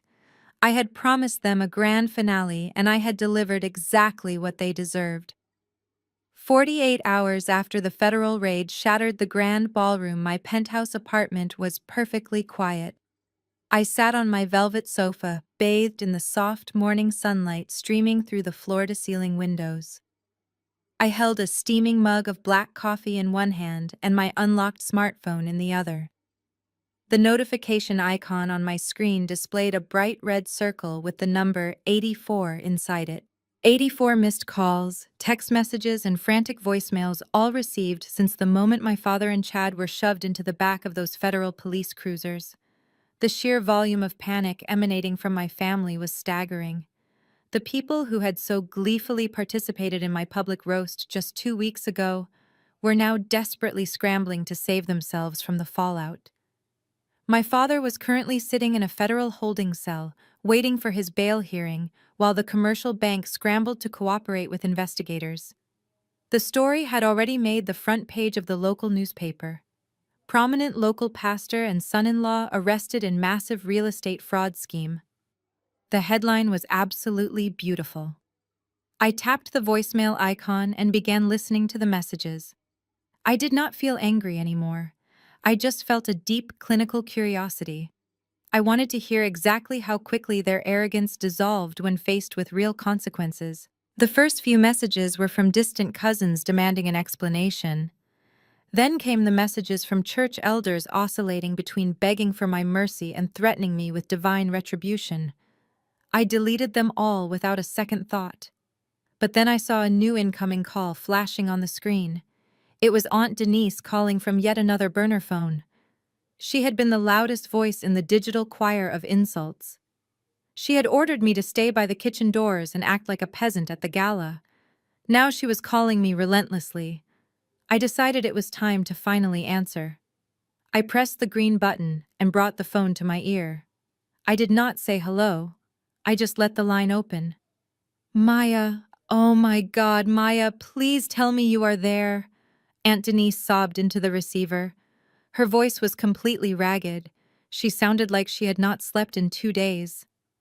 The shrill condescension she usually carried was entirely gone, replaced by raw, unfiltered terror. I am here, Aunt Denise, I replied, taking a slow sip of my coffee. I am just enjoying a quiet morning. How are things at the church? My casual tone seemed to push her over the edge. Things are completely destroyed, she wailed. The congregation is in an absolute panic. The bank sent an eviction crew this morning. They are literally changing the locks on the sanctuary doors right now. And they sent agents to your father's house. They are forcing your mother to pack a single suitcase and leave the premises by noon. Maya, they are evicting your parents. You have to stop this. You have to call your lawyers and drop the charges. You have to give the church back. He is your father. I pulled my tablet from the coffee table and woke up the screen. I opened the encrypted folder labeled The Echo Chamber, where I had stored all the high-resolution screenshots from the Facebook live stream.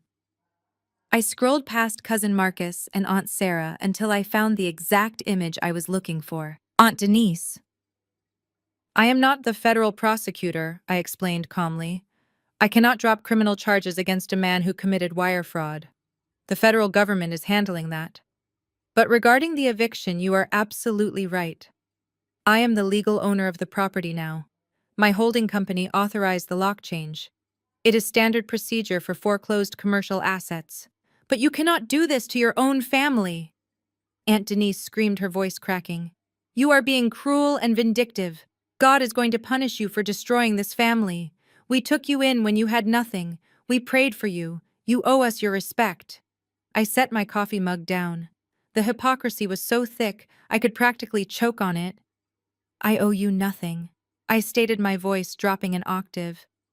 But since you brought up God, let us revisit your theology, Aunt Denise. I tapped the image on my tablet and read her own words back to her. A week ago, you commented on a video of my father throwing my clothes onto the driveway. You wrote that sometimes God requires us to prune the dead branches. You wrote that sometimes God removes the weeds so the flowers can truly bloom. Do you remember writing that, Auntie? There was a sudden suffocating silence on the other end of the line. She knew exactly what she had written. She just never expected to be held accountable for it. You all agreed that I was a weed. I continued, the cold truth ringing through the quiet penthouse. You all agreed that I was a toxic presence ruining the beautiful garden my father and Chad were building. You told me to stand in the back near the kitchen doors, so I would not ruin the aesthetic of their grand success. Well, Aunt Denise, it turns out the garden was fake. The flowers were actually federal criminals, and the weed just bought the entire property. I am not being vindictive. I am just following your excellent advice. You said God removes the weeds. I am just doing the gardening. Maya. Please, Aunt Denise whispered, her voice breaking completely. Your mother has nowhere to go. I tapped the red button on the screen, ending the call instantly. Click. I tossed the burner phone number into the blocked list along with all the others. They expected me to rescue them from the fire they had deliberately set to burn me alive. They wanted the benefits of family loyalty while actively participating in my destruction. I stood up from the sofa and walked back to the window. The city below was moving fast, completely unbothered by the dramatic collapse of Reverend Calvin's fake empire. I had permanently severed the toxic roots that tied me to those people. There was only one loose end left to tie up, and she was already calling me. The phone buzzed again, displaying a text message from Destiny. It was time to deal with the golden child. The text message on my screen was brief and completely unhinged. It just read, Pick up the phone right now, Maya. You owe me an explanation. Before I could even fully process the absolute audacity of the message, the phone began to ring. It was an unknown number, meaning Destiny had also resorted to using a prepaid burner phone, just like Aunt Denise had done earlier. Her primary cell phone had undoubtedly been confiscated by federal agents during the raid last night for digital forensics.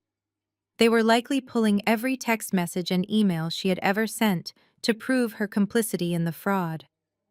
I walked back to my velvet sofa, sat down, and swiped the green button to accept the call. I did not say a single word to greet her. I just waited in complete silence for the golden child to speak first. "Maya, are you there?" Destiny demanded immediately. Her voice was thick with exhaustion and panic, but the familiar undertone of spoiled entitlement was still completely intact. She did not sound like a woman whose husband had just been exposed as a massive federal fraud in front of the entire city. She sounded exactly like a teenager throwing a massive tantrum because her premium credit card was declined at a luxury boutique. "I am here, Destiny," I replied, keeping my voice completely neutral and devoid of any sisterly warmth. "I am honestly surprised you have the free time to call me this morning. I would think you would be incredibly busy dealing with the federal authorities and desperately trying to secure a good criminal defense attorney for your husband. Do not play your stupid games with me, Maya." She snapped, her voice echoing loudly through the speaker of my phone. "You know exactly what you did last night. You orchestrated this entire circus just to humiliate us in front of the mayor and all those important investors. Chad is sitting in a federal detention center right now wearing a jumpsuit. They froze all of our bank accounts this morning. The agents took my laptop, my expensive jewelry, and they even towed my luxury car away from the country club parking lot. They said it was all purchased with illicit funds. I spent the entire night sitting on a hard plastic chair in a cold police station while investigators interrogated me for hours. You completely ruined my life." "I ruined your life," I repeated, letting a dry, humorless laugh escape my lips. "Destiny, your husband forged my legal signature to steal $2 million from a commercial bank. He dumped it all into a failed cryptocurrency scam because he is a terrible investor, and then he bribed our father with the remaining cash to cover up his tracks. You built your entire fake influencer lifestyle on stolen money and federal wire fraud. I did not ruin your life at all. I just turned on the bright lights so everyone could finally see the massive criminal mess you made." Destiny ignored the facts completely. In her twisted mind, she was always the ultimate victim, and everyone else was just jealous of her success. "Well, you are going to fix it," she demanded with absolute conviction. "I just got off the phone with the magistrate court downtown. The judge set Chad's bail at $250,000. Since the feds froze our accounts, I obviously cannot pay it right now. But I know you have the money, Maya. You just bought a $2 million commercial debt portfolio. You obviously have millions hidden away in your corporate accounts. I need you to wire the bail money to the court immediately so Chad can come home." I sat on my sofa completely stunned into silence for a brief moment. I genuinely could not comprehend the sheer magnitude of her delusion. She was not calling to apologize for laughing at me when our father threw my clothes onto the driveway like garbage. She was not calling to apologize for accusing me of stealing $500 in a fake, tearful social media video. She was calling to aggressively demand that I liquidate $250,000 of my own hard-earned money to bail out the exact man who stole my inheritance. "Let me make sure I understand this correctly," I said, my voice dropping to a dangerous, quiet whisper. "You want me to pay $250,000 to release the man who committed identity theft against me? You want me to rescue the man who stood on a stage 24 hours ago and tried to have security physically throw me out of a building that I legally owned? Why in the world would I ever do something so incredibly stupid? Because we are family." Destiny screamed into the phone, her voice breaking with frustration. "Family helps family, Maya. You are supposed to be the older sister. You are supposed to protect me when things go wrong. Chad made a mistake, but he is a true visionary. Once he gets out of jail, he can rebuild the wellness retreat company and pay you back with interest. You cannot just leave my husband locked in a cage like an animal. You owe us your support. I owe you absolutely nothing, I replied sharply, cutting off her ridiculous rant. But since we are talking about financial assistance, let us take a quick walk down memory lane. Do you remember what happened 2 weeks ago on the front lawn of Dad's house? Do you remember when our father kicked me out and you stood on the porch laughing while checking your makeup in your phone camera? Chad walked down the driveway with a smug smile and threw a crumpled $100 bill at my feet. He told me to call a cheap rideshare and use the rest of the cash to survive on the streets. Destiny was quiet on the other end of the line. I pressed the attack without hesitation. That was his generous contribution to family helping family. I continued. So here is my official financial advice as a senior corporate accountant. I kept that $100 bill, I smoothed it out, and I saved it. I will happily mail it back to you today. You can take that crumpled $100 bill walk into a high-end federal defense law firm and hand it to a lawyer. See exactly how far that gets you in federal court against an armed prosecutor. You are a monster. Destiny sobbed, her misplaced anger finally giving way to genuine crushing panic. You are a cold, heartless monster, Maya. Where am I supposed to go now? The feds took our leased apartment because Chad paid the rent with fraudulent wires. The only place I have left in the world is Grandma's house. I am going to move into the old estate and start over. I will live there while Chad fights his case. You cannot take that away from me, too. It is my inheritance. I opened my laptop resting on the glass coffee table. Destiny Grandma's house was the primary collateral for the commercial loan Chad defaulted on. I explained, speaking very slowly so she could understand the absolute finality of her grim situation. When I bought the debt portfolio from the bank, I legally bought the deed to that property. You do not own a single blade of grass on that 50-acre estate, and I am certainly not letting you live there rent-free. I navigated to my secure email client and attached a formal legal document I had prepared with my attorneys earlier that morning. I typed in Destiny's email address. Check your inbox right now, I said. I just sent you a formal 3-day eviction notice. You have exactly 72 hours to clear any of your remaining personal belongings off my property. If you step foot on that land after the deadline expires, I will have the county sheriff arrest you for criminal trespassing. And unlike Chad, I will not offer you a chance to post bail. No, Maya, please do not do this! Destiny begged, her voice breaking completely into pathetic whimpers. I have absolutely nothing left. My friends will not even answer my calls anymore because they saw the arrest on the news. Please, I am your sister. You stopped being my sister the day you decided my complete destruction was the acceptable price for your fake success, I replied coldly. Enjoy the real-world, Destiny. It is a lot harder to survive when you actually have to work for a living. I pressed the red end call button and set the phone face down on the table. The perfect silence in my penthouse returned, settling over me like a warm, heavy blanket. The golden child had finally been dethroned, and the toxic family foundation, built on lies, had completely crumbled to dust. The golden child had finally been dethroned, and the toxic family foundation built on lies had completely crumbled to dust. 6 months have passed since that incredible night at the Belmont Country Club. The chaotic noise of my family desperately trying to save their fabricated reputation eventually faded into a profound and beautiful silence. When you remove a massive cancerous tumor from your life, the healing process is remarkably swift. The federal justice system moves with a terrifying efficiency when they are handed a perfectly wrapped package of forensic evidence. Chad found out exactly how harsh reality can be when you strip away the velvet tuxedos and the fake entrepreneurial podcasts. His trial was incredibly brief. The audio recording I provided, where he explicitly bragged about forging my signature and leveraging the stolen deed, was the absolute nail in his coffin. He tried to hire a flashy defense attorney, but because the federal agents had frozen every single bank account tied to his name, he had to settle for an overworked public defender. Facing decades of potential prison time, Chad cowardly accepted a plea deal. The federal judge sentenced him to 5 years in a high-security penitentiary.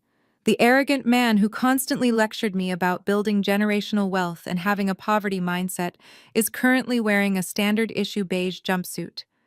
He now makes 30 cents an hour wiping down cafeteria tables. His cryptocurrency wallet is entirely empty, and his grand legacy has been permanently reduced to a federal inmate number. My father faced an equally devastating public reckoning.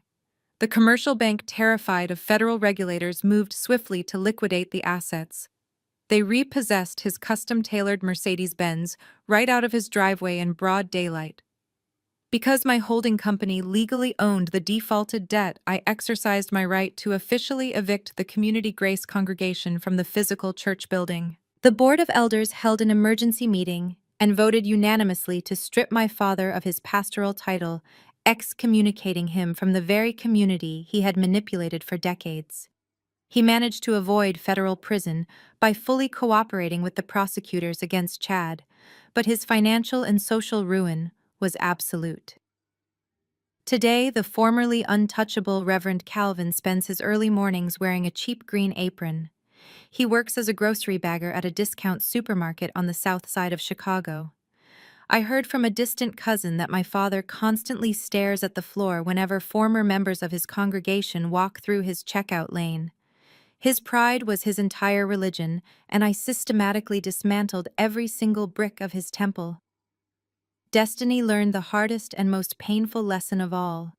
She thought I was bluffing about the eviction notice, but I am an accountant and I never bluff about paperwork. When her 72 hours expired and she refused to vacate Grandma's house, I sent the county sheriff to physically remove her from the premises. She stood on the dirt road crying hysterically as the deputies padlocked the front door. Her massive circle of influencer friends vanished into thin air the absolute second her bank accounts were frozen. Nobody wanted to be associated with the wife of a convicted federal fraud. Destiny now lives in a cheap, rundown motel right off the interstate highway. There are no more luxury spa days, no more expensive champagne brunches, and no more Chanel purses.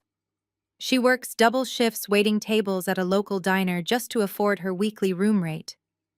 The untouchable golden child finally had to learn how to sweep a floor and earn an honest dollar. As for me, I am standing exactly where I belong. The bright summer sun is shining down warmly on the 50-acre estate my grandmother purchased decades ago. The air is completely filled with the loud, productive sounds of actual construction. Heavy machinery is pouring fresh concrete foundations, and workers are framing massive wooden beams. I did not sell the land to a corporate developer, and I am certainly not building a fake wellness retreat for wealthy executives to do yoga.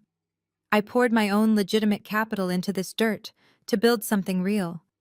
We are establishing the Dorothy Educational Initiative, named directly after the woman who actually understood the value of hard work. It is a comprehensive financial literacy and business development center specifically designed for young women of color in our community.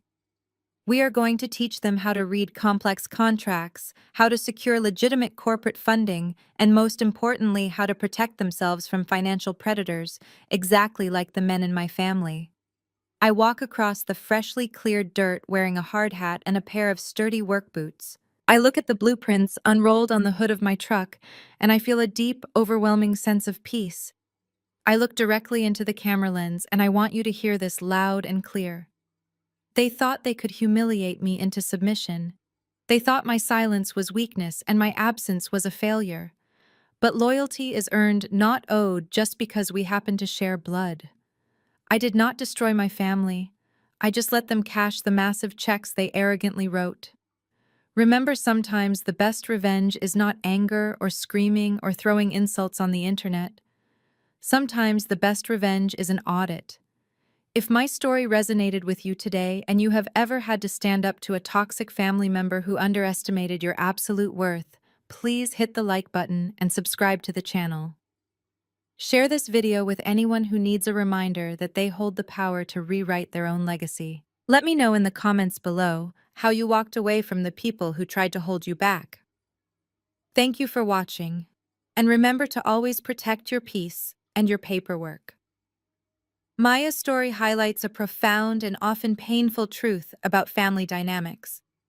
Society conditions us to believe that blood relations demand unconditional loyalty, regardless of how we are treated. However, this narrative powerfully dismantles that dangerous myth. The central lesson here is that shared DNA does not excuse toxic behavior, financial abuse, or emotional manipulation. For years, Maya was expected to play the role of the compliant scapegoat, while her father and sister hid behind a facade of religious and social righteousness. They weaponized the concept of family to demand her submission and ultimately tried to steal her inheritance. Her journey teaches us that setting firm and uncompromising boundaries is not an act of cruelty, but a completely necessary step for self-preservation. Furthermore, the story illustrates that true empowerment comes from quiet preparation rather than loud arguments. Instead of engaging in screaming matches on the front lawn, Maya used her professional skills, her intellect, and the law to protect herself. She gathered evidence, secured her financial independence, and let her abusers' own blinding arrogance become their ultimate downfall. It reminds us that we do not owe our peace of mind to those who actively try to destroy it. We have the absolute right to walk away from tables where respect is no longer being served, even if that table happens to be inside our childhood home. True family should be a sanctuary of mutual support and not a battlefield of relentless exploitation. Ultimately, healing begins the moment we stop accepting mistreatment disguised as tough love. You are not required to set yourself on fire just to keep toxic relatives warm. Please share this video with someone who might need the courage to set their own healthy boundaries today.